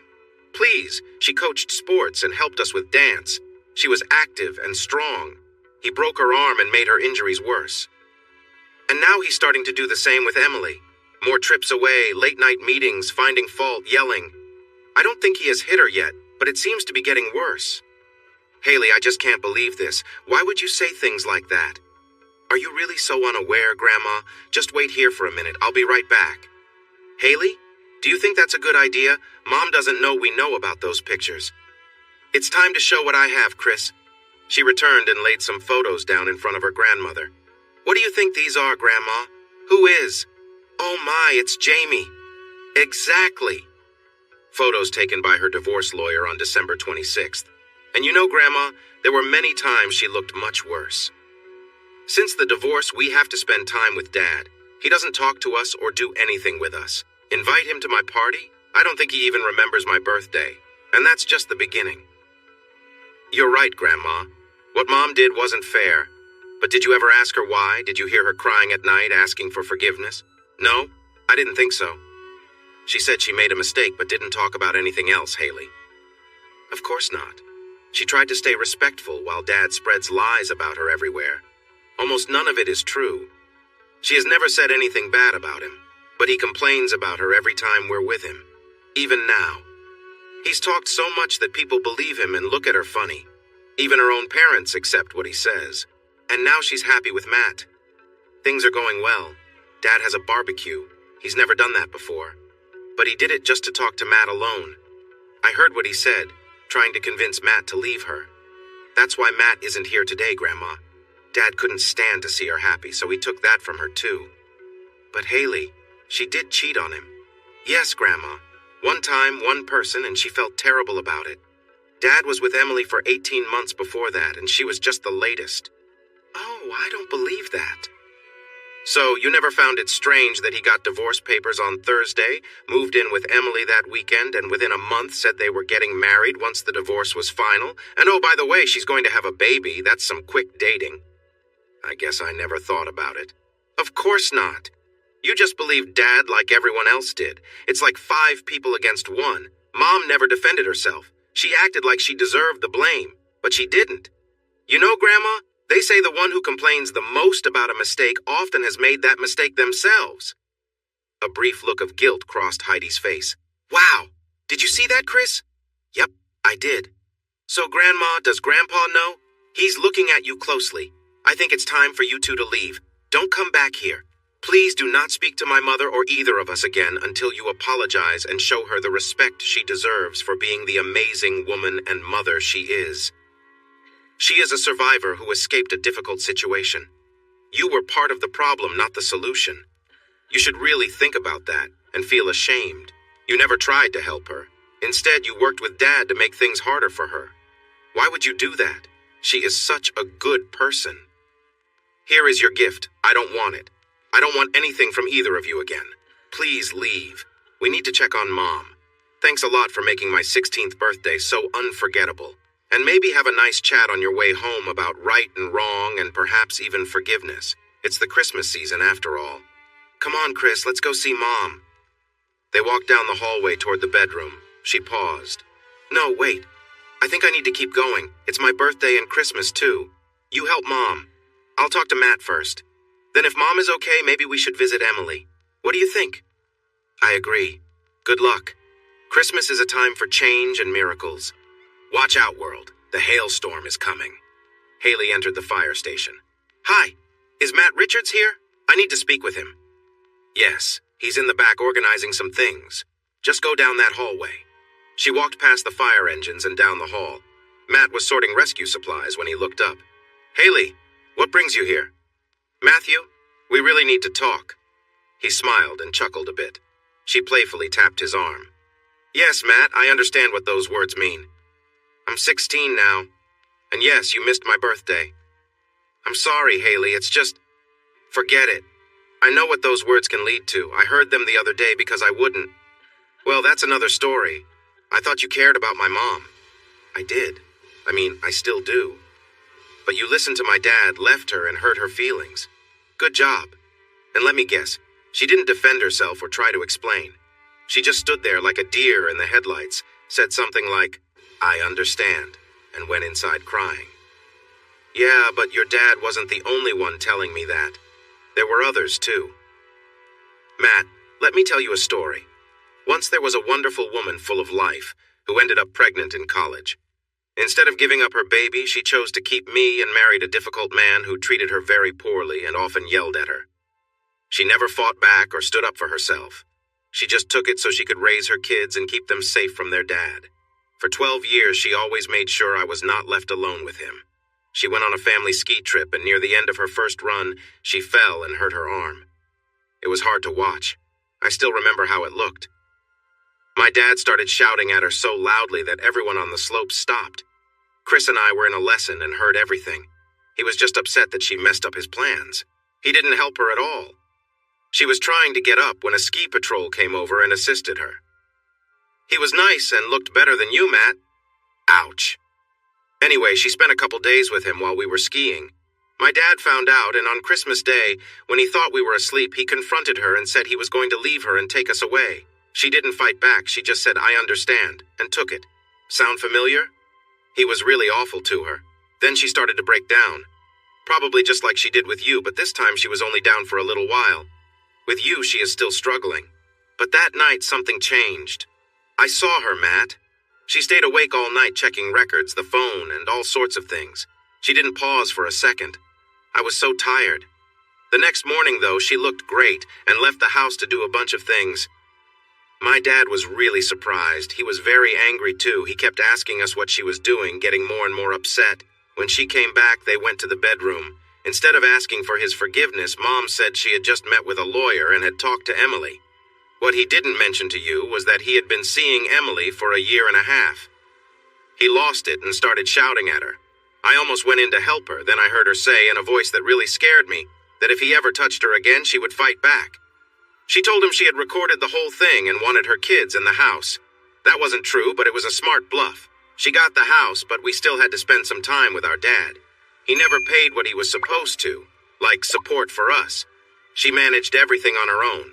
My dad treated us badly. The clothes he wanted us to wear were terrible. He wouldn't listen to Emily when she tried to get us decent things.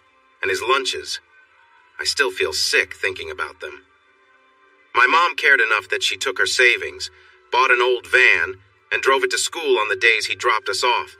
This way we could jump in the van and change clothes so we wouldn't feel embarrassed or teased all day.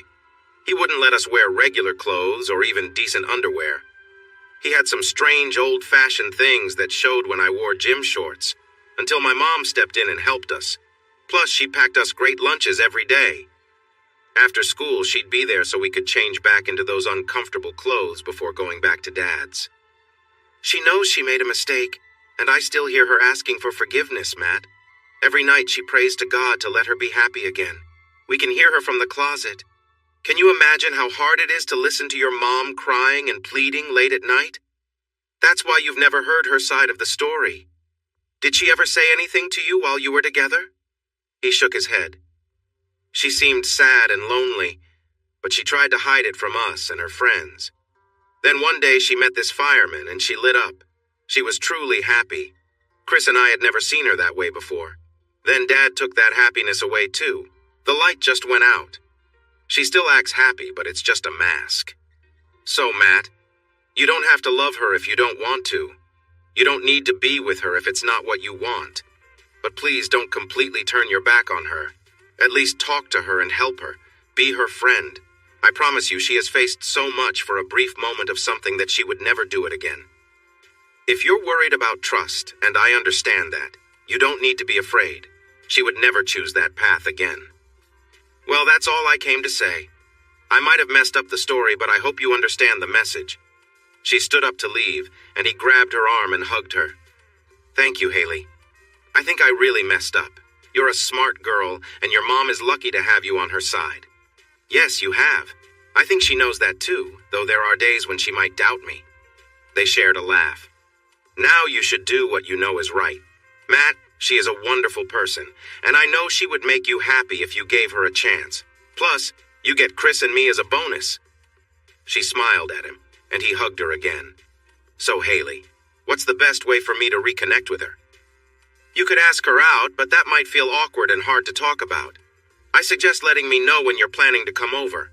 Chris and I can step out, and then you'll have the house to yourselves.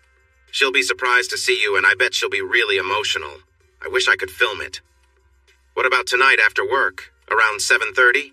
That sounds perfect. Thanks, Matt. She gave him a quick kiss on the cheek, turned, and left. Suddenly the doorbell rang. Who could that be at this hour? Matt! What was he doing here? She panicked. Her hair was a mess. She hadn't put on any makeup, and she worried that she smelled from all the cleaning she had been doing to distract herself from her problems. She quickly looked down.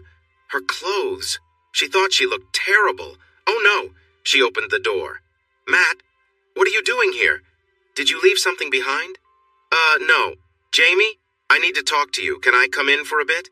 Sure, I guess. But, Matt, I've been cleaning. I look a mess. You look great as always, Jamie.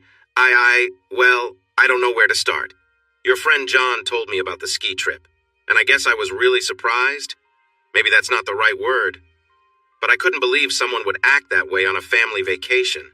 My dad cheated on my mom, and it was terrible. I never wanted to find myself in a situation like that, but I didn't give you a chance to explain. So, could you tell me about the young girl that got pregnant and the ski trip? Matt, how do you know about that? Haley, that's why they left tonight. Matt, she shouldn't have... No, she did the right thing. She made me listen. She helped me see that I jumped to conclusions without hearing your side of the story. But you probably wouldn't have told me everything anyway, would you? She shook her head. Matt, it was the biggest mistake I ever made in a life filled with mistakes. I would never do anything like that again, ever. But I did, and it made me feel unworthy of being with you. Are you kidding? It's the other way around. You're strong and confident. You raised two amazing daughters, and it seems like you did it all by yourself, not John. So I want to know about you, Jamie. I want to hear what you've held back from me. So she began to share. The years of feeling trapped, the hard times, the need to stay in the marriage for her daughter's sake, the ski trip, and then the aftermath. She started to cry early on, and he sat next to her, wrapping an arm around her, pulling her close as she shared her story. And then you faced me, and my guilt hit me hard. I knew I deserved to feel bad for what I'd done. I know it's not right to feel that way, but I did. Matt, it's all right, Jamie. It's in the past. You've punished yourself enough. He turned her head gently and kissed her. She turned to him, and they kissed again, more passionately. Matt, I've never felt this way about anyone before, not John or anyone else. I know we were only together for a few months, but I feel the same, and it's strange and a little scary. I haven't felt this way for 6 years. She took his hand. Matt, could we? He nodded, and without saying anything more, they moved to the bedroom together. But again she paused. Matt, my whole life others controlled me. They made all the choices and judged me. I will never let that happen again. But I don't want to control anyone either. I don't want to make all the decisions myself. I want a partner, a teammate, someone I can trust. I want us to make decisions together as a team. I understand that two people may not always agree. Sometimes one of us has to give in, or we might need to delay decisions, but we have to be equals. If this is something that works for you, I'm all in. Now and for as long as you want me. You won't need to worry about me looking for anyone else. I've made my share of mistakes, and I've learned from them. So before we go on, I need to know, am I dreaming, or can this really work for us? Is this a path we should explore? Jamie, I've only felt this way once before, and I didn't think I would again. It can only work if we are partners, equal and honest with each other. I'd love to take this chance and see where it leads us. Honestly, I can't imagine it going wrong. She leaned in and kissed him. Oh, Matt, I hoped you'd say that. She smiled at him. But I would have spent the night with you anyway because I really need to be close to you tonight. He chuckled as they entered the room together. She turned and locked the door, then closed the closet. He looked at her curiously. The kids. Just in case. She held him tight, and they kissed. Oh, Matt, I've missed you so much. I've longed to feel you close. It's been hard. They embraced again and kissed before moving toward the bed. A couple of hours later, Chris, look, Matt's truck is still in the drive. In a playful tone, she said, What are those kids up to? We better be quiet when we go in. They sneaked inside, and Haley pointed to the closed bedroom door while putting a finger to her lips. I better close the closet door. Early the next morning. In a whisper, Chris, wake up. The truck is still here. We have to get to work. Remember those Valentine's cookie cutters? Let's make heart-shaped pancakes. Where's the pancake mix? Grab the griddle and some bacon. Start the coffee. Can you get the plates? And Matt, do you smell something burning? It smells like plastic. I need to check. Oh no, it's morning. If the girls are here, just be ready. She quickly put on a robe and headed out, while Matt got dressed. As she went down the hall, she heard noise coming from the kitchen. Girls? What is that smell? Nothing to worry about, Mom. Just a little cooking mishap. We've got it covered. Haley forgot that plastic cookie cutters don't belong on hot griddles, she laughed. True, but look at what we made. Heart-shaped pancakes for the lovebirds. So is there anything we should know about, Mom? Jamie turned red. Girls, I'm sorry. I shouldn't have... It's okay, Mom. You look happy again, and that's what counts. We'll be just fine. Seems like my meddling worked. About that? Look, here's Dad. Home at last. Haley! It's okay, Jamie. So how are my two favorite girls this morning? And happy Christmas Eve to both of you. Doing just fine, thank you for asking. Merry Christmas Eve to you too. We made you a special breakfast. After that, we plan to take some time for ourselves in the basement. Maybe for a week. We don't have a basement. Chris, what's going on? What has she done? How bad is it? Not sure yet, Mom. She might have really gone for it. The birthday girl definitely spoke her mind yesterday. She let Grandma and Grandpa have it. Honestly, I think that's a good thing. They may not visit much anymore. We set some new rules. Oh, no. Yup. I wouldn't be surprised if their Christmas presents are missing tomorrow. We might even be out of the will. And she talked to Matt. That was definitely a good move. Looks like some things have changed for the better. Chris, stop talking like your sister. One person like that in the family is enough. But she smiled. And last but not least, we spoke to Emily. You what? Oh my God, no, you didn't. Mom, Dad is doing the same things to her that he did to you. Think about it. He dates her, then gets her pregnant, marries her, and has another child. It seems like he's been more angry lately, with more weekend meetings and rushing to shower when he gets home. She needed to know. I don't think he's hurting her yet, but she didn't say much. She mostly listened. In any case, Mom, Chris and I don't know yet if this is good or bad.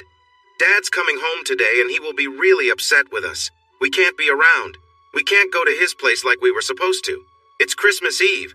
He's supposed to have us until noon tomorrow. What should we do? Matt looked at Jamie. It sounds like you shouldn't go. If your mom agrees, I think you should stay here and enjoy some of these delicious pancakes. This is probably the best place for you, don't you think, Jamie? Yes. Let's sit down and eat. Then we can talk about it. Is there anything else you did on your birthday that I should know about? She said a bit sadly. No, that's it. 2 out of 3 is not bad, right? Maybe it's 3 out of 3, but you need some time. Jamie hugged her. No, it's fine. Stay. You're not going anywhere until we figure out what the storm has created. Matt? I'm sorry. You don't have to get involved in our family drama. That's not what I meant when we talked last night. But I haven't had any of these pancakes yet. Plus, the grass needs cutting. I think the girls and I need to hang out a bit. In that case, let's eat, but first I need some coffee. I think I need a big mug full. Now, who could that be at the door? Maybe you two should go back to Haley's room in case it's your dad. As she walked to the door, she said, Oh my, it's my mother. Haley? What did you say to her? Jamie opened the door, still in her robe and looking a bit messy. Mom? It's nice to see you. Did you leave something here? Or... No, Jamie, I'm here to say I'm sorry. I've been terrible to you. There's no reason for how I acted. I never understood, but I never asked. What kind of mother doesn't ask? Can I come in and talk for a bit? But if you don't want me to, I understand. Sure, Mom, please come in. Can I get you some coffee? Maybe something to eat? Coffee would be nice. Oh, you have company. Maybe I should go. No, it's okay, Mom. You must be Matt. I'm Heidi. I didn't get to meet you at the cookout. It's nice to finally see you. Is Haley working? Yes. Nice to meet you, Heidi. Jamie, I think I should head out. No, Matt, please stay. I've messed things up enough already. Can I just borrow Jamie for a few minutes? Is it all right if we talk in the bedroom? Sure. Let me grab those coffees. And Haley, I'm sorry for ruining your birthday. I also want to say sorry to you both for not being respectful to your mom. I can't believe how foolish I've been. I really believed what your dad told me. Those pictures. Jamie turned to Haley, who quietly said, Sorry. I hope you can forgive me and we can mend our relationship. She started to tear up. I want to be a part of your lives again. Your mom has done such a great job raising both of you. I really do care, even if it hasn't seemed like it. So please. Of course, Grandma. They hugged her. We love you too, Gram. I hope I didn't cause too much trouble at your house. I'm sorry if I did. He already knew. It was the worst mistake I made. But he always told me that I was wrong about this. That's why he stayed quiet. Thank you, girls, for showing me my fault. Now I need to talk to your mom. You three go ahead and eat. We may be a while. What's that smell around the pancakes? Is something burning? The girls laughed. Just Haley's special pancakes, Grandma. Good thing you missed them.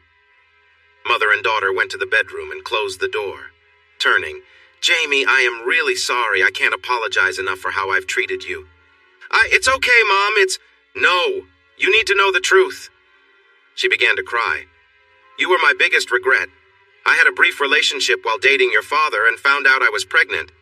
I thought my life was over. I was so ashamed and it caused so much pain. I thought everything was ruined. Your dad married me and has never spoken about it. My goodness, Mom. I had no idea, but it doesn't matter. He may not be my real father, but he is my dad. He will always be my dad. He loved you from the moment he found out.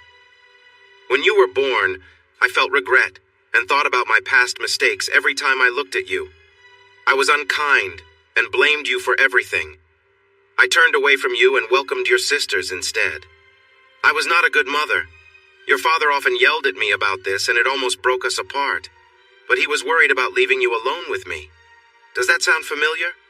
I was like a mean stepmother, but I was your real mother. Oh, Jamie, I am so sorry. You don't need to forgive me. I know I don't deserve it, but... She couldn't continue. Jamie hugged her tightly and whispered in her ear, Mom, it's okay. I get it. I understand why you felt that way. I love you, and we've both made mistakes. Let's turn a new leaf and start fresh. But wow, this will take some time to process. Dad knows you were going to tell me? She nodded. He wanted to do it a long time ago. Matt and the girls had breakfast and talked about everything that had happened in the last day. Then, there was a loud knock on the door that made the pictures on the wall shake. Haley? Chris? Is it always this loud at your house? No way. If it were, I would have volunteered to go to boarding school. Anywhere would be better. But it is Christmas Eve, so maybe it's a gift for me or something? Moving toward the door, she said, Oh no, it's Dad and he looks really upset. What should I do? The pounding got louder. I know you're all in there. Your cars are here. Open the door now. You two go with your mom. I'll handle this. They hurried down the hall while Matt opened the door. Matt! What are you doing here? We talked about that dishonest ex of mine. I thought you were smarter than this. Sorry to let you down, John.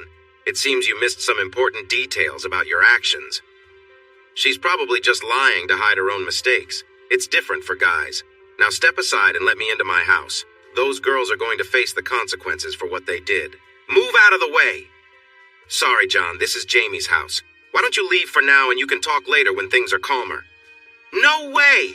The court order says I get the girls this Christmas, so I'm taking them now. Why don't you wait here until I check with Jamie?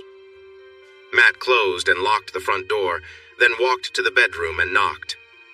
Jamie, what do you want me to do? I know you heard that. Matt, I'm so sorry you're caught up in this. Nothing like this has happened before, at least not since I was married to him. Be careful, Matt. He can't take the girls. I won't let him. He's dangerous. She stood up and her mom held her arm. Let me through, Jamie. No telling what he might do to you, but I think he wouldn't harm me. Maybe I can calm him down. Heidi walked to the door and opened it. What? You're here too. I thought I recognized your car. He suddenly seemed calm and friendly, just like an old friend.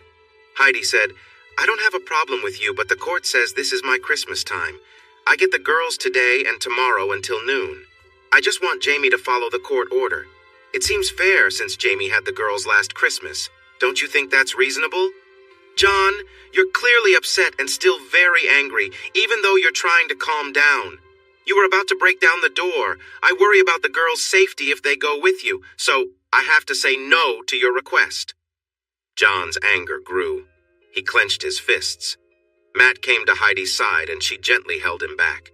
John, I'm sorry, but with how you're acting right now, it doesn't matter what the court says. If you have a problem, we can handle it in court. I don't think the girls should go to your house again. Their safety is our top priority. But remember, if we go to court, we'll also seek the child support you haven't paid. If you win, I'll appeal it everywhere. That will cost you a lot. Make sure it's worth the fight. No, we won't need court. I'm just going to call the police and have them take the girls. It's my right. I'm their father, and the court agreed to this. He stomped to his car and sped off. A neighbor named Carl walked up and gently knocked on the door. Heidi opened it and smiled. Carl, nice to see you. How can I help? Good to see you, Heidi. I heard everything. John scared me. He often yelled at Jamie, but this time was different. Please don't let him have the girls. He seems dangerous. If he calls the police, they might need to stop by my place for some details from an eyewitness. Thanks, Carl. We should catch up another time when things settle down. I'd love that. Just have them come to my place if needed. Merry Christmas, Heidi. Merry Christmas, Carl. An hour later, the police arrived. Jamie opened the door. Hello, officers. I'm Officer Benedict, and this is my partner, Kyla Rand. May we come in to ask you some questions? Of course, officers. What do you need? Are Haley and Chris here? Yes, they are. The court order states that it's your ex-husband's weekend, and he claims you're not letting him see the girls. He's right about that, but he left out some important details. Matt, what are you doing here? Oh, so you're the Jamie. That's correct. He was angry and threatening, clearly out of control. It would not have been safe for the girls to go with him. Why was he upset? Because the girls told his wife that he might be unfaithful to her, just like he was unfaithful to me. When I told him I called Emily, his current wife, he hit me in the face and seemed ready to hurt me for what I had done when I finally stood up to him. That morning, he made threats about getting back at them, and it scares me to think about what he might do. He has sent me to the hospital more than once. He was out of control. Let's sit down and talk. Is there anyone nearby who could back up what you're saying? Yes. Carl Wilkins next door saw everything. Kyla, why don't you go talk to him? I'll speak with the girls. So, Haley and Chris, why don't you want to visit your dad? He gets mad a lot, but I've never seen him as angry as he was today. We are both really scared to go there. If he drinks even a little, just take me to a shelter or call social services. I don't care. I just don't want to go to him. He used to hurt my mom all the time, even when he wasn't angry. But today, there's no way we're going. Haley is right, officer. We can't go. He'll hurt us. I just know he will.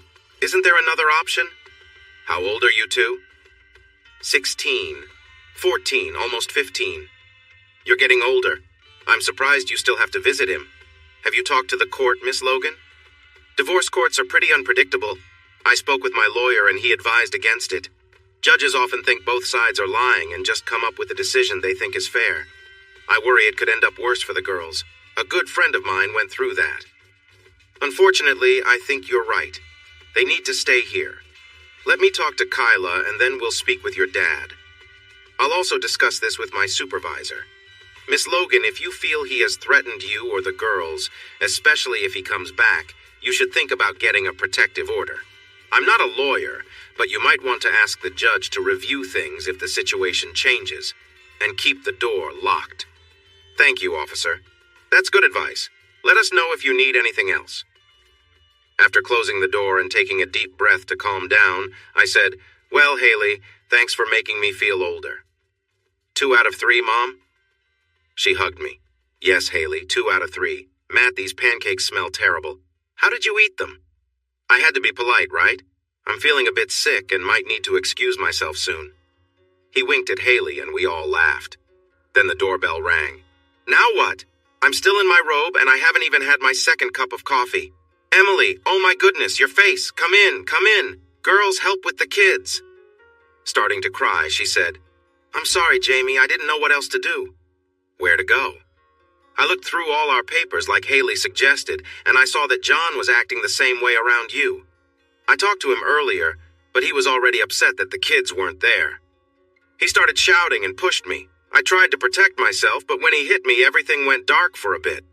When I woke up, he was gone.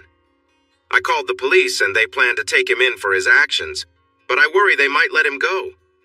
What if he does something to the kids? I know I should get a divorce, but that takes time. I am terrified. I wish I had ended things when you called, but I just don't know what to do. This was the only idea I had. I'm sorry, Jamie.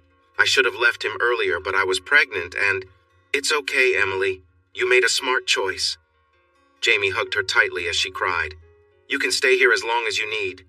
Come inside and sit down. Would you like some coffee? Haley, please put away your last attempt at cooking and make us some eggs.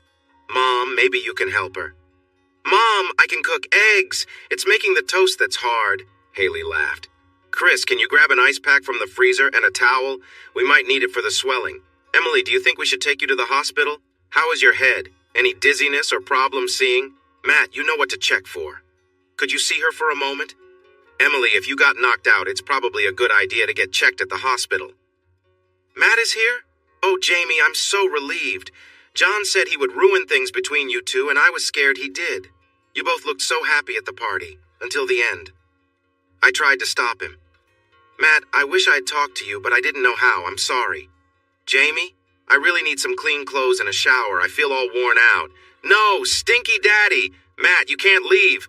We need you here, just in case something happens with my dad. Please! Heidi looked at Jamie. Stinky Daddy. That's just Haley's funny nickname for Matt. Heidi stepped in. Okay, here's a plan. Matt, make sure everyone is safe. Haley, you take care of the baby. Chris, look after Bailey. Jamie, why don't you make eggs for everyone? I'll take Emily to the hospital. Even on Christmas Eve morning, it might take a bit of time. Then we can run to the store for Emily's things and clothes for Matt. Shirts, sweatpants, and underwear okay, Matt? He nodded. Once they check that Emily is fine, I'll bring her home and we can figure out our next steps. Make sure to get the ones with the funny pocket, Haley said. Everyone paused and looked at her. What? I was just trying to make a joke, to lighten the mood. Matt laughed and the others smiled. Jamie shook her head. Good. We have our tasks. I should also get some airbeds since Emily will probably need to stay the night. But we can sort that out later. Matt, do you know how to find out if John has been arrested and how long he might be in there? Yes, I think I can. I can call some people I know to find out. Great. If he is in jail, maybe we can head back to Emily's later to get baby things. It looks like she hasn't brought what she needs.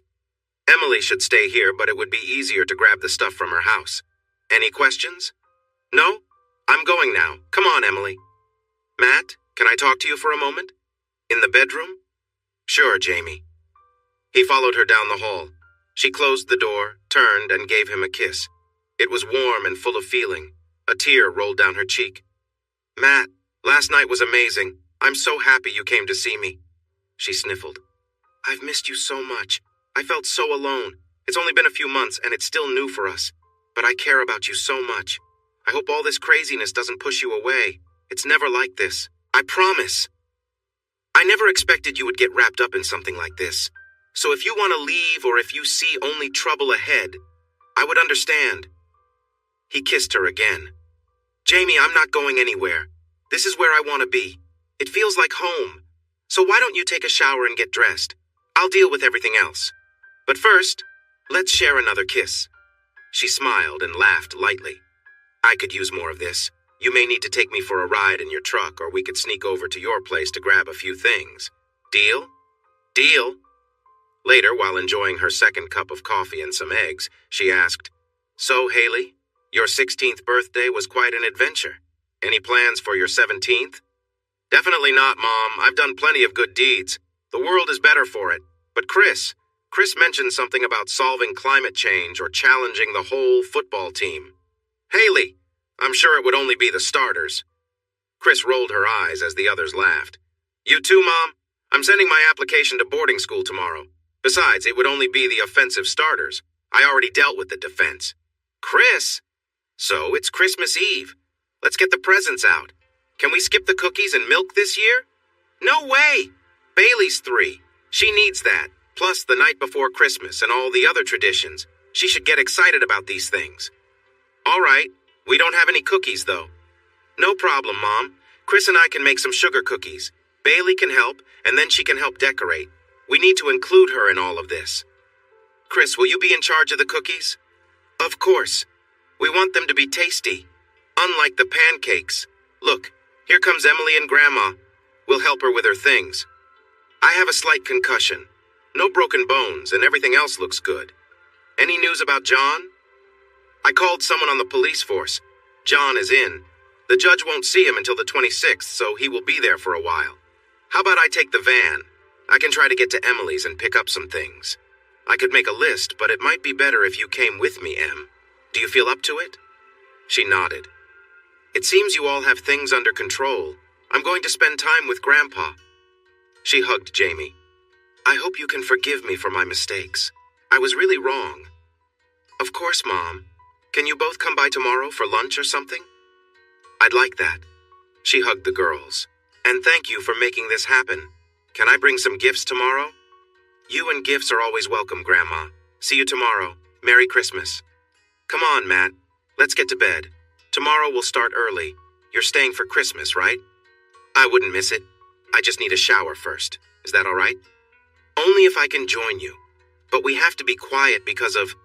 I get it. We have to stay dressed and leave the door unlocked. Well, yes, but we could keep the door locked a bit and take off our clothes for a while. I'll need someone to help warm me up after the shower. It's been a long day, but mostly I'm just so happy you're here. I really need to hold you. I think this is the best Christmas I've ever had. Thank you for letting me be part of it. I know it's crowded and the kids make it chaotic. Jamie turned and hugged her. Emily, your family. You'll always be family. Maybe we can make this a tradition. And honestly, your kids are great compared to Haley. Jamie, can we talk in the bedroom for a moment? Sure. What's on your mind? I'm not sure how to say this, but what is it, Emily? Just tell me. While I was looking for things for the divorce, I found a box. Inside were these... What are they? I'm not exactly sure, but I think they might be fake birth control pills. Here, look. Those are the ones I was taking when I got pregnant. I thought they were just a different brand. Me too. What? So that means that he switched our pills so we would get pregnant. What a low person. But Jamie, I also found these other pills. I had to check them online. And they're pills for ending a pregnancy. Oh no, she started to cry. You think he made me lose my baby? How could he? Emily only shrugged. This is unbelievable. I need to sit. She covered her face and sobbed. Emily hugged her tightly. I'm sorry, Jamie. Maybe I should have kept quiet. No, this might be the most meaningful Christmas gift. It means it wasn't my fault. I wasn't to blame. I was not a failure. I can finally forgive myself. Thank you. She squeezed Emily's hand. Thank you. Later. Mom, I think I did well with my birthday projects. Yes, Haley, you did great on your birthday. I'm going to take my two little ones to the bedroom to clean them up and get them ready for bed. Merry Christmas to all of you, and thanks again. So, girls, did you get what you wanted? Haley, I thought I saw a hint of disappointment. No, everything is wonderful, Mom. Thanks for everything. I was hoping to find a set of keys to a new car under the tree. Sorry, Haley, I told you. The budget. You'll need to use the van. Mom, I can't drive the van. It's too big. I've tried. I feel like I can't handle it. The steering isn't right, and the brakes are bad, and it makes strange noises. Jamie, I think she's right. I drove it yesterday, and it probably shouldn't be on the road. I don't know then. Maybe we can trade it in and find something else. Tell you what, Jamie. Give the van to me. I'll trade it in, and Haley and I can look for a safe used car. The van isn't worth much, but I can show her how to buy a car. Chris could come too, and I could help with the rest. But I don't want to if... Well, it's your choice, Jamie. I don't want to overstep. I can't let you do that, Matt. I mean, you know how I feel about you, and we've shared a lot, but you don't need to worry about my family's finances. I can't ask you to do that. I understand. But what if I became part of the family? Everyone turned to Matt. What? What if I became part of the family? He knelt down, pulled out a small box, and held it towards her. Jamie Logan? I know we haven't known each other long, but you and the girls feel like home, and I want to be together every Christmas and all the days in between. Will you marry me? Jamie stared, unmoving. Haley nudged her. Mom! Oh, yes, 1,000 times, yes. Oh, Matt, this is a dream. I know it is. She kissed him. No, that seemed real enough. She laughed and hugged him tightly. Geez, Mom, can we have some privacy? There are kids here. She held Matt tightly. Matt, I will work every day to make you happy. I promise. I guess that makes it 4 out of 3, right, Mom? Yes, Haley. So, Daddy, about that car. Haley, best Christmas ever. Hey, everyone. Thanks for watching. Don't forget to subscribe and turn on notifications so you won't miss any of the exciting stories we have coming up. What do you think about the characters in this story? Let us know in the comments. We'd love to hear from you.